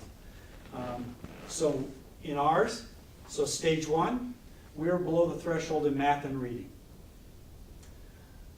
In stage 2, we're below the threshold in just reading. And then we're below, obviously we had there's just one area in third, which is attendance. So really ours is in the area of reading. So we need to focus in our middle school in the area of reading. And so that's where, and I know Mitch and Ms. Myers, they've already been talking about it, and we're actually talking about it as well as we have a very new middle school team. And so we were looking at getting them together, really now defining goals and action plan, interventions to move forward to help with these kids. Actually, I was talking to Ms. Myers and I met on that today already.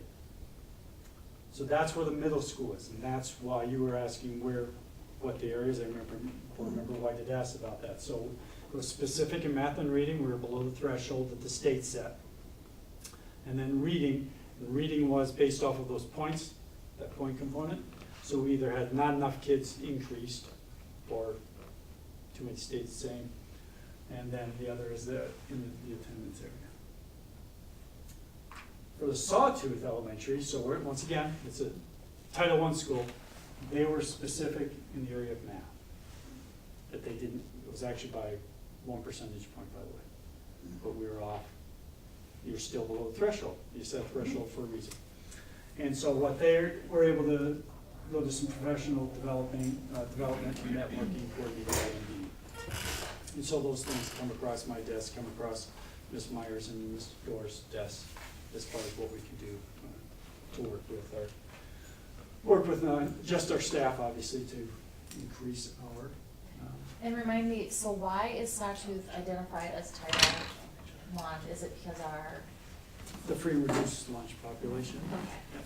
So that's why, so that we remind myself why we are, it's because we've got a percent, whatever, it's a percentage, it's a high percentage or something. Okay. I think that was, yes. I didn't go into really way deep down in it, but I can show you if you ever really wanted to see. So I've got a question, this is probably outside of the purview of the board, but I've been doing some reading on this recently about philosophy on teaching reading, especially for younger kids. And, I know that's sort of been hotly debated over the years.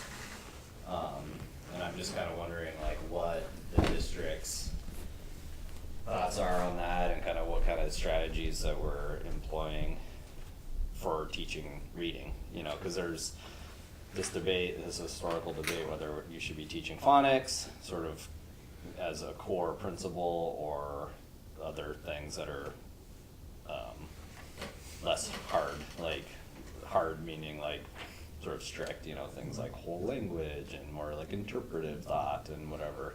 So I'm just wondering kind of where we're at. I realize that's not necessarily our job here, but I'm just kind of curious. Well, actually, it's very much related to what was just presented. So what are we doing? I mean, obviously, we have some holes. We have some areas that we definitely need to improve on. One of the areas, and actually I think shared with the board in the past, has been a group training. And when I say group training, I'm talking about all of Cook County. So Oshkosh staff, Birch Grove staff, Great Expectations, and our staff. And this is in the area of actually preschool through grade 3. They did something called Orton Gillingham, which has a phonics component, spelling component, and when you talk, it's kind of the whole child. So they're writing in sand, they're using manipulatives, multiple areas that they're actually learning on how to spell words, how to sound things out. And so that is something that, you know, when you mention phonics, that's definitely one of the components. Are we journeys, or are we one of the journeys? And I think anytime that you're looking at curriculum or how to teach reading, it needs to be balanced and it needs to be research-based. And so I think that what I have observed, I know what I've observed in our classrooms, it's very balanced. It's not just one way. There's lots of different ways that kids are getting that same message. You know, some people say that that might be overwhelming for kids, but you have to teach not only one way because we have so many different types of learners in our classroom. So the more the ways that you can teach it in some cases, the more students that you will hit. The differentiation with small groups that I'm seeing in the classrooms, pre-K through third grade at this point, I am just seeing so much small group differentiation where kids are getting the academics at their level. So if they're not familiar with all of the sight words, they're going to work on the sight words that they need to know. So it's balanced. It's, you know, looking at what the child needs and not just this overarching one shot, everybody gets it. So. Yeah, I mean, I'm certainly not an expert, but what I've been reading about this is that I guess there's a school of thought that, like, oh, you'll learn how to read sort of like you learn how to talk by exposure. Oh. You know, no one teaches you how to talk, you just learn how to talk because you get spoken to and, you know, kids just start talking. That doesn't happen with reading. You have to learn. And, you know, because the written word is just a code that humans invented to take verbal language to write it down, you know, so they have to be taught how to crack the code, you know, you don't just inherently know how to do that.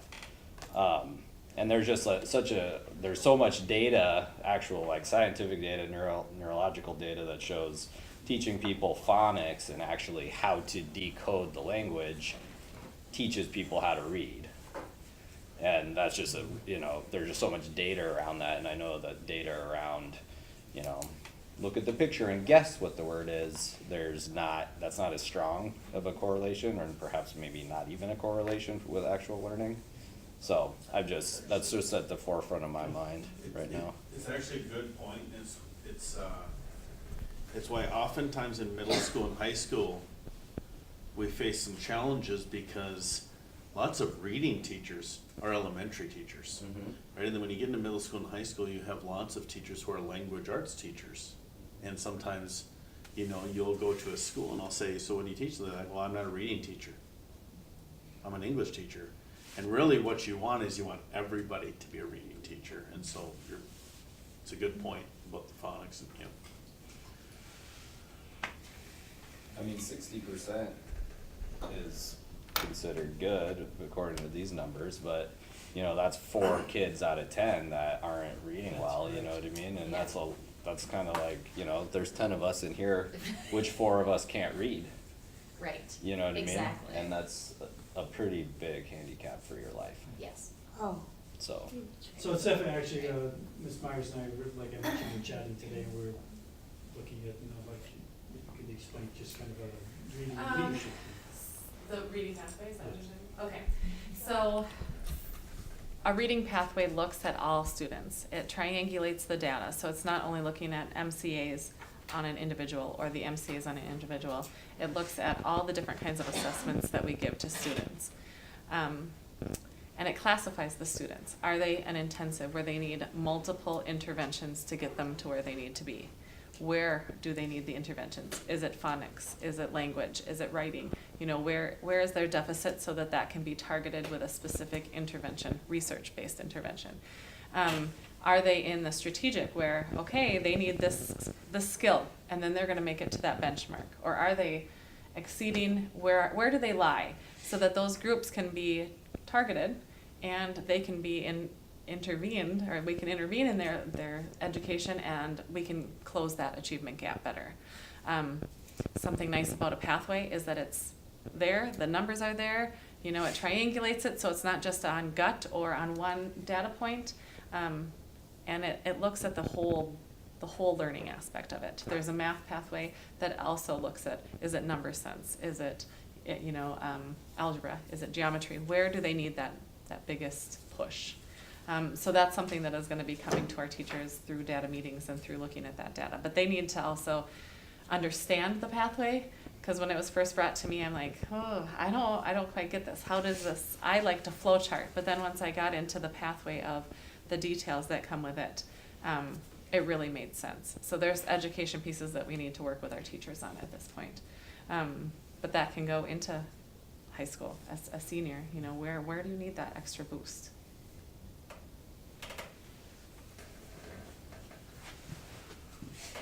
Any other questions?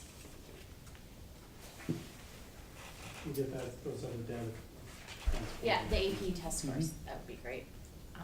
Yeah, thank you. Thank you for all that information. I think that is helpful for all of us to, get all that information. Okay, anything else? Can I mention one more thing? Yeah, go ahead. So we can have all of the greatest programs, all of the greatest computer programs or curriculum, all of that. But when it comes down to it, the teacher efficacy and what our teachers are doing with our students is going to be the most effective. So putting value on them and training them to be the best that they can be, that's going to make the biggest impact on our kids. So, Thank you. Okay, our next item, 8.6, student school board member update. So some of the, we supplied the board with the information from MSBA Yeah. in prior meetings, and two pieces. One was just, obviously they support having it, and if you're gonna have it, here are a couple of different ideas on how to have it, and then the other piece was all the different school districts that do have them. I gathered a bunch of information, anecdotal information from a number of the school districts, as you can see. I believe what the board was looking for is what should be our process. If you looked at most of these, it was coming from an interview with the administration in the buildings, and they interviewed, I should say the students came through student council or a student organization group of some kind. They were brought forward, either elected by their peers or nominated by their peers, selected by their peers in some way, shape, or form. And then part of the process was also an interview with the administration. So I'd like to know if the board would like us to move forward on. Did you ask them, did you ask those other districts if they had like a policy or a sample policy that they sent us? They did not have a policy, they Or just had. practice or procedure or something, cause the MSBA example was Pretty great, generic. but it was generic, but, it was, a lot of these comments are the practicality of it, Mhm. so I think that's helpful. A lot of them talked about the practicality or the logistics of it. I'm trying to remember I can't remember if it was their application. I'm gonna look something up real quick Okay. right here. Because part of having,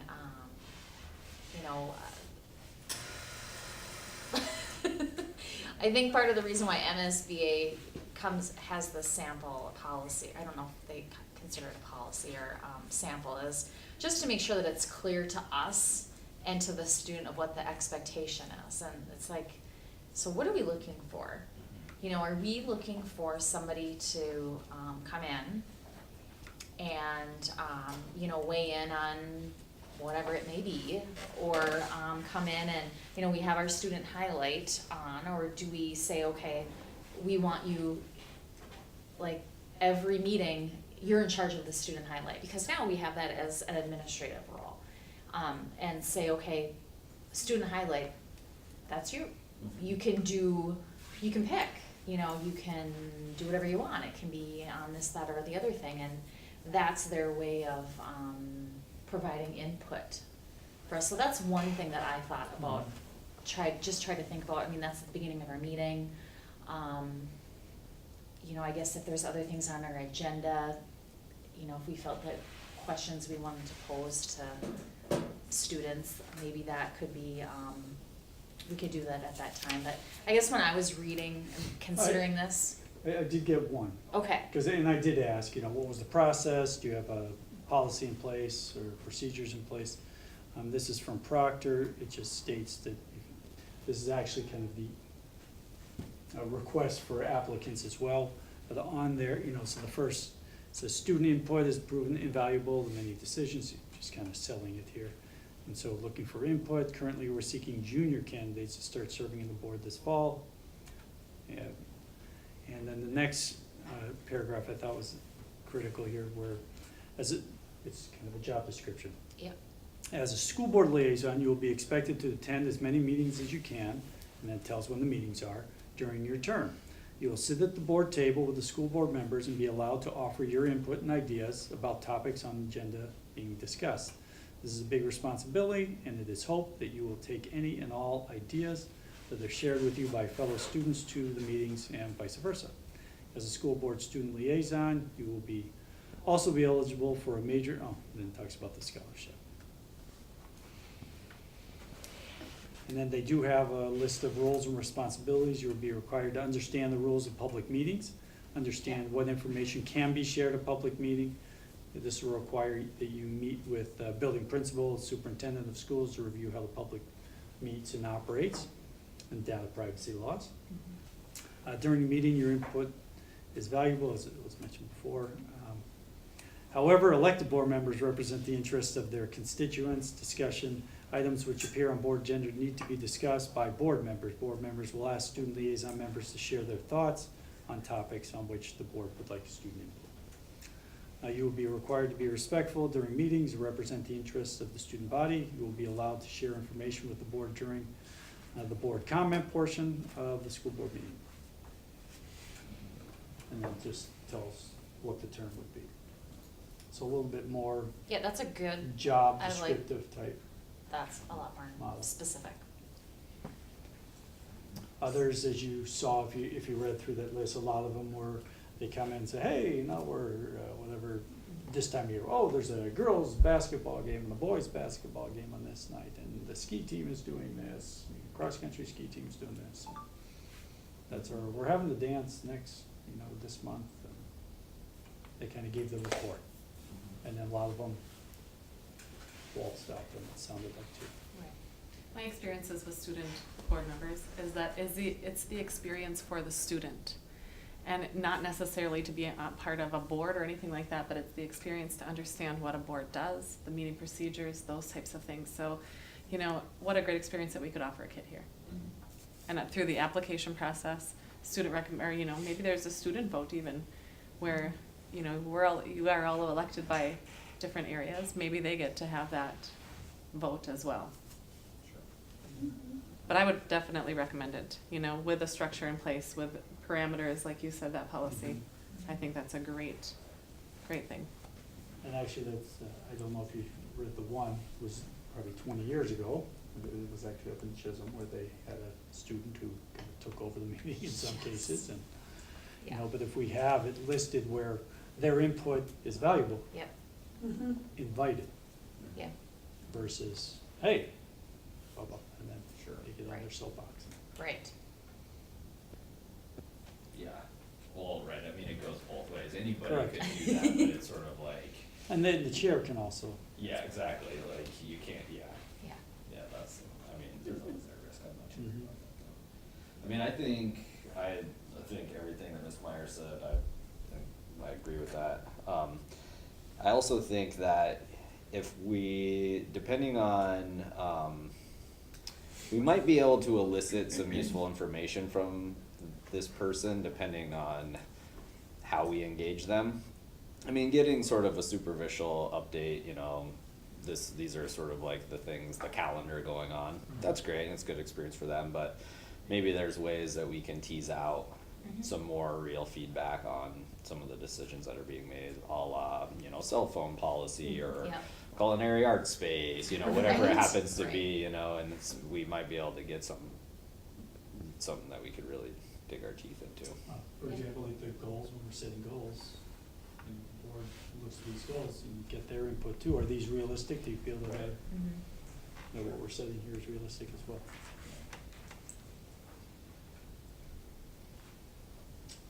So, yeah, what's our next What step would you here? like, Yeah, guys? you It would be to, So- you give me direction to. So I think that I liked the one that Dr. Kendall read From Proctor. from Proctor, actually. I like a lot of those points in there.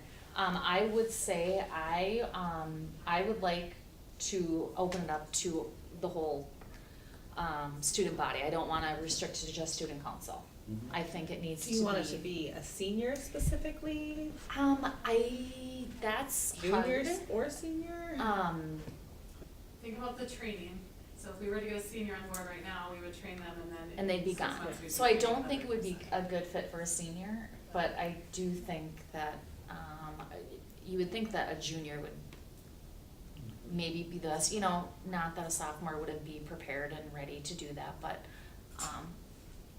so. Well, but we would, I mean, it seems like from prior conversations, we would have them be limited to like doing it for a year, Yeah. right? So, Yes, depending on when that cycle starts, a senior could be, right.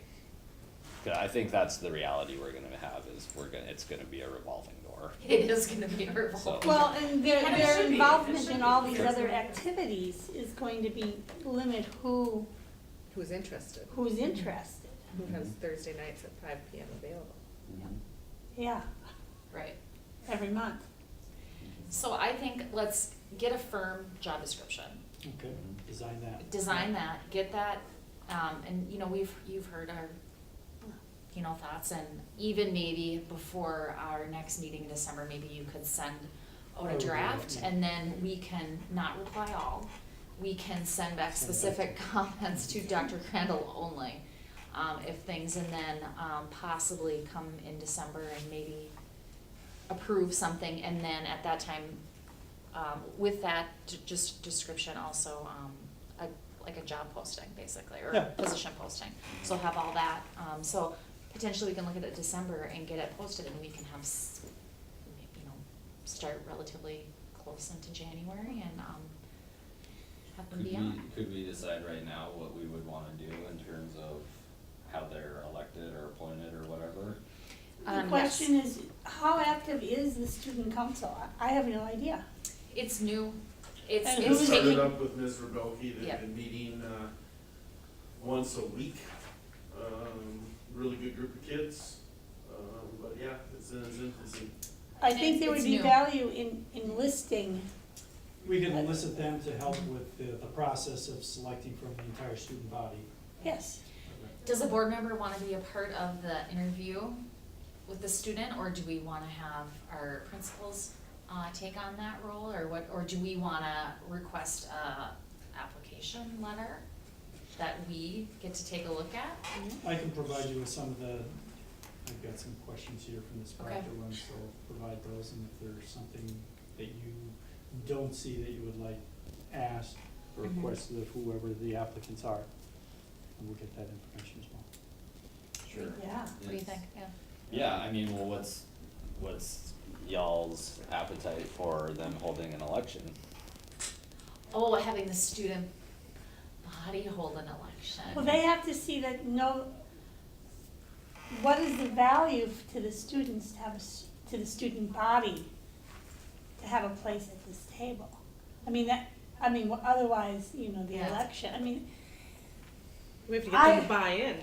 Yeah, Testing. right. So, I wanna know what they're thinking about different things, and not that they get to have their way, but I think what they see things, they know what's going on out there. Yeah. I'm clueless, I think in the perfect world, if you wanted to vote to that extent, then you would be telling the student body next year that when we vote for a president and a vice president and those people run, this is separate.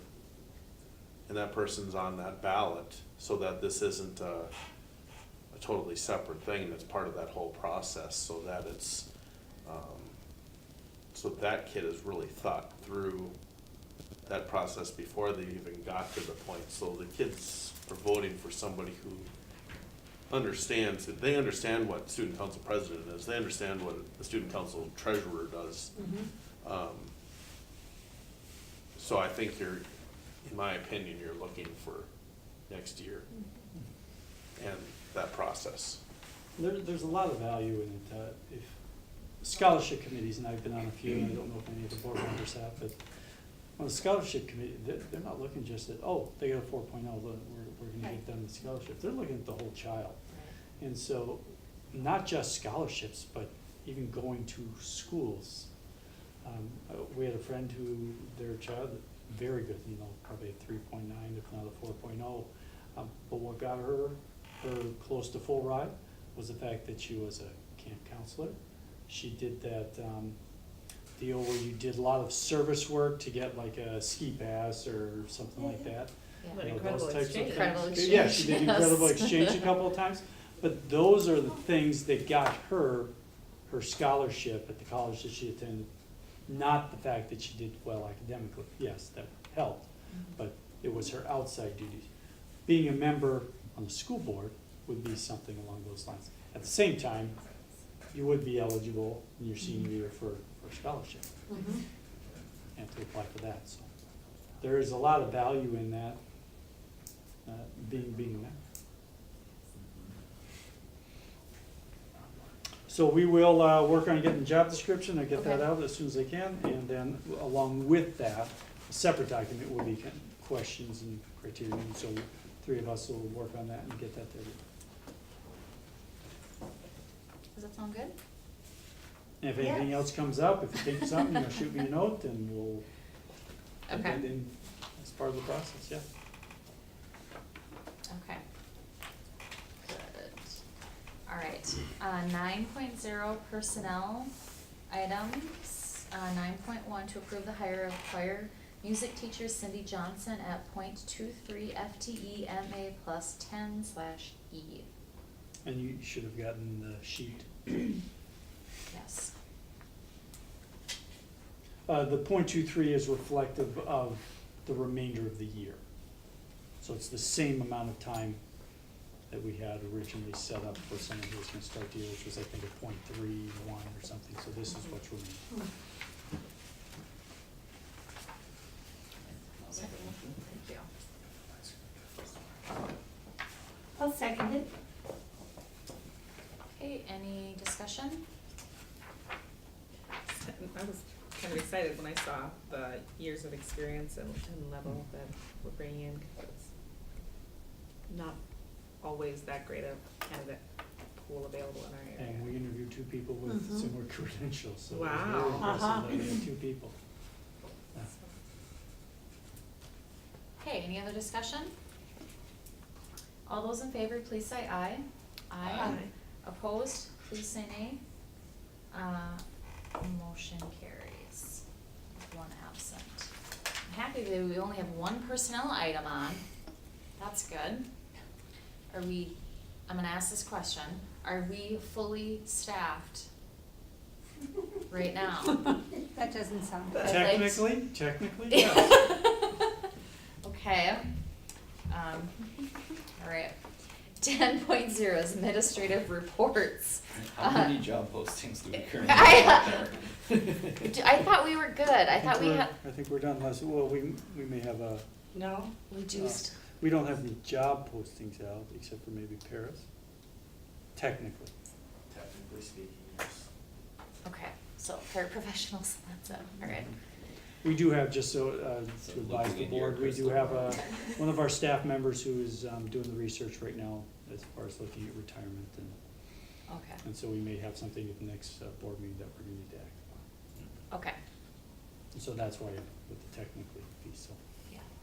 We just had a lot, obviously, we've had a lot of openings and we had we're at a, we had a, it's Really been, quite a we lot of got our turnover. great principal, but we didn't have her at the beginning of the school year, so we've had a lot of stuff And we had a happening. counselor, and then we didn't have a counselor. Yeah, and so, I mean, part of council. and part of council. Counselor, and So I just wanna have smooth sailing when January is. and it's not that this is a bad place to be.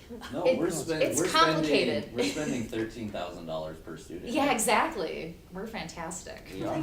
It's great. All right, 10.0 administrative reports, 10.1 principals report highlight item. All right, so, I'm gonna talk a little bit about what happened at our previous board meeting. We're gonna revisit the Common Ground Summit, or the Social Justice Day, and we did bring it before a number of stakeholders, and they decided to change the date to March 1st. So that is in the works. This is something that was a product of last year. It was an alphabet poster board that our elementary completed, because the elementary was very different than the high school. So that's just something that they wanted me to share with the group. But we have a change in name, the Common Ground Summit, and for the elementary, it is going to be the Seeds of Change Community Day. So that'll be held again on Friday, March 1st. It will be a partial day, and we will be basing a lot of the educational pieces that are going to be taught that day to social justice standards. So it is still going to be an educational day.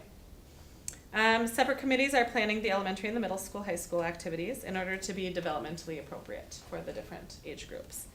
The high school and middle school have met 3 times to start planning. There are students on that committee as well as staff members. Community members are welcome as well. The students are giving a lot of feedback, and that's really nice to have them on that committee. Very positive. They want to know more. They want to, be an intricate part of the planning. There was a community survey that is still posted. It'll be posted through November. That is on our Facebook page. It is on our website. It is on the Twitter. And it's also on Boreal. So if you are interested in giving any feedback, that is a place to find that survey. So far, we've had 26 responses. So we could use more. The more, the better. They're starting to. Up until what date are this feedback being accepted? The very last day of November. So if you try it on December 1st, it's going to be taken down. Okay. So she continues to print out the reports. It is anonymous. There's no way to track who is filling them out. So that's a nice thing for community members and Is students. this being advertised, the survey? Can we talk to the, Yes. Oh, yeah. radio? It's on Facebook. Yep, I talked to the radio about it on my last interview on Monday. But it's the Facebook, I talked to the PTA about it so that they are getting the word out as well. Maybe could you email around the link to it that we could then Sure. share if somebody asks us? We Sure. could just send them a link. Absolutely, yep. Yep, I can do that. And it's on Boreal too? Yes. So the committee is starting to fundraise and write some grants. Last year, the event cost $6,500. The committee currently has 50% of what it needs, and that's carryover from last year. So I met with the elementary staff today, or the elementary group, and they were just talking about different ideas on what they can produce similar to that poster that can either be auctioned off or it can be a published item. So things came out like quilts, garden pots that they can actually make out of recycled paper and plant in a garden, because of the Seeds of Change type of theme in there. So if you don't know who the leaders are, Julie Bishop, Megan Rebelke, and in the elementary, it is Amanda Hand. Those are the lead people in those. So I'm working pretty closely with all of them. There is a keynote speaker. Grand Portage has opted in to support it in a financial way in the hotel rooms at the casino, and also the stipend for that person. So they are contributing quite a bit of Junie there. Okay, Great. all right. Thank you. Thank you. Ms. Myers. Thank you. Assistant Principal's Report. Highlight item, Mr. Dorr. Yeah, mine's fairly brief. At the beginning of the year, the board had commented that they really wanted to see our PBIS program continue. We have a really good group in their PLC working on PBIS, and I'm specifically speaking to the middle school, high school. Can you explain to the listening public PBIS? Positive behavior intervention and strategies, interventions and strategies. So how to better improve our culture in the school. And so the elementary is kind of clicking along on their plan, and kids love it, and they're in every day. And that's really a success story for our school. Our middle school staff, as Mr. Crandall alluded to when he was talking about testing, every core middle school teacher is brand new. Every single one. So they have met with our PBIS team. They have gone through one day of training with them, or a session of training with them. They're going to do a second training, and they're all kind of bought in.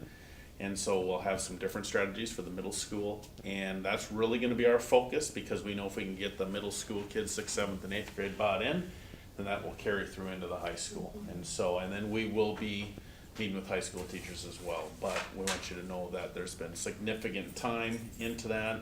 Anna Sandstrom, Melissa Oberg, Samantha Savoy, they put in quite a bit of time planning. And yeah, they're going to work and doing just a great job with it.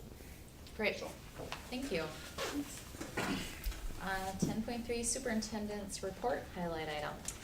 Well, you've got my report there, but just two items that weren't on there. One was highlighted already, but just want to re-highlight the great work that Lori and Pam put forward for our audit.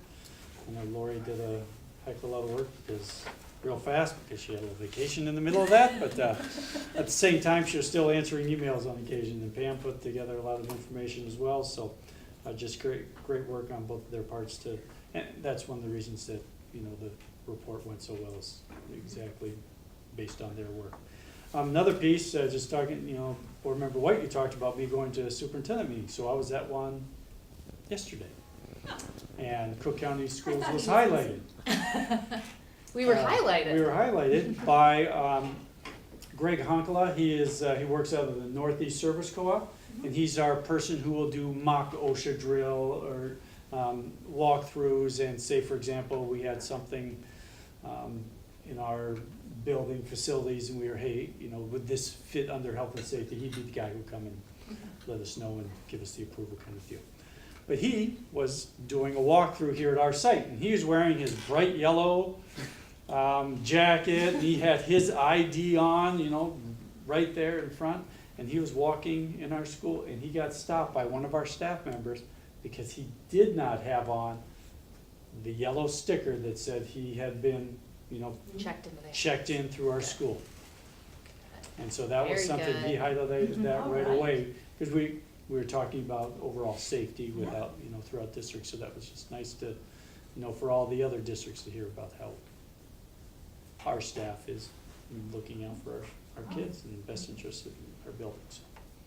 Just wanted to share those two items. Good. And then just for the goals, we got the report on our first goal from Ms. Myers, talking about whether our diversity committee is working great there. Academic achievement, we talked with our World's Best Workforce report. And then managing school resources, we just had our audit. So those things were all covered there as well. Okay. Any other questions or comments from anybody? Otherwise, I'm just gonna do a quick reminder that we've got that meeting coming up in December. The board workshop, right? The board workshop, which is on December 6th at 5 p.m. Levy budget kind of information. Workshop, okay. And then in addition, then that following week on the 13th, then that's our board meeting for December. And the board meeting is actually, will start at 5, but at 6 o'clock, we're just before 6, we stop, and we actually conduct our truth and taxation as a separate meeting. Yep. And then December 14th, like we said, we're gonna have that open house in our fully completed culinary arts space and our science space. That will We have happen. a time, et cetera, for that. What time I don't is know what our everything principals- happening? I believe we were gonna start, I think it was around 5 o'clock. We will also, there'll be a lot of things going on that night. We'll have the open house for both events. We'll have a doubleheader basketball game, and we'll have the auction of any of the unused items at the school. So I believe we're gonna kind of try to start, it's gonna be like a 5 to 7 type of deal. 5 to 7:30 or something. I don't have the end date yet, and we haven't come up with that firm time, to be honest with you, but I think we're shooting for 5 o'clock. Okay. So, and I agree, we should advertise and maybe send a few invitations to make sure, we get people here and, so hopefully board members can, make it that evening. Okay, that's it. I just wanted to make sure that we all put it on our calendars. That's December 14th, which is a Friday. Not be here. Okay, okay. All right, so now it is 7:25, and so I need a motion. It's already on here, but I need a motion to adjourn. Well, before you do that, I just Oh, wanna did you have something? say Yep. that I like the new format of the agenda. The administrators maybe don't like it, but I like how that stuff The last thing? reorganization, cause it has the bulk of the discussion earlier. When we're When more. we're more fresh, Yeah. rather than it being the last part of the Yes. order, so I like that, just wanted to Yeah, mention good that. job whoever But rearranged that, the- I didn't do that. These Damn. guys maybe don't like it I know, as maybe much they 'cause don't. they're- Yeah, but they I'm have to stay managing here. kids right from here. Where are you? I'm like, it's going. All right, so I need a motion at 7:26 to adjourn. I'll make a motion to adjourn. Okay. I'll second it. Great. All those in favor, please say aye. Aye. Opposed, please say nay. And motion carries. Thank you. And remember to sign up. And sign out of your computer. And does everybody know our board member-elect Rena Rogers? No. Okay, so this is Rena Rogers. Get her on camera. Okay, we already adjourned, that's why I waited till we adjourned. So, Oh, Rena, that's right. here's Dan Shirley.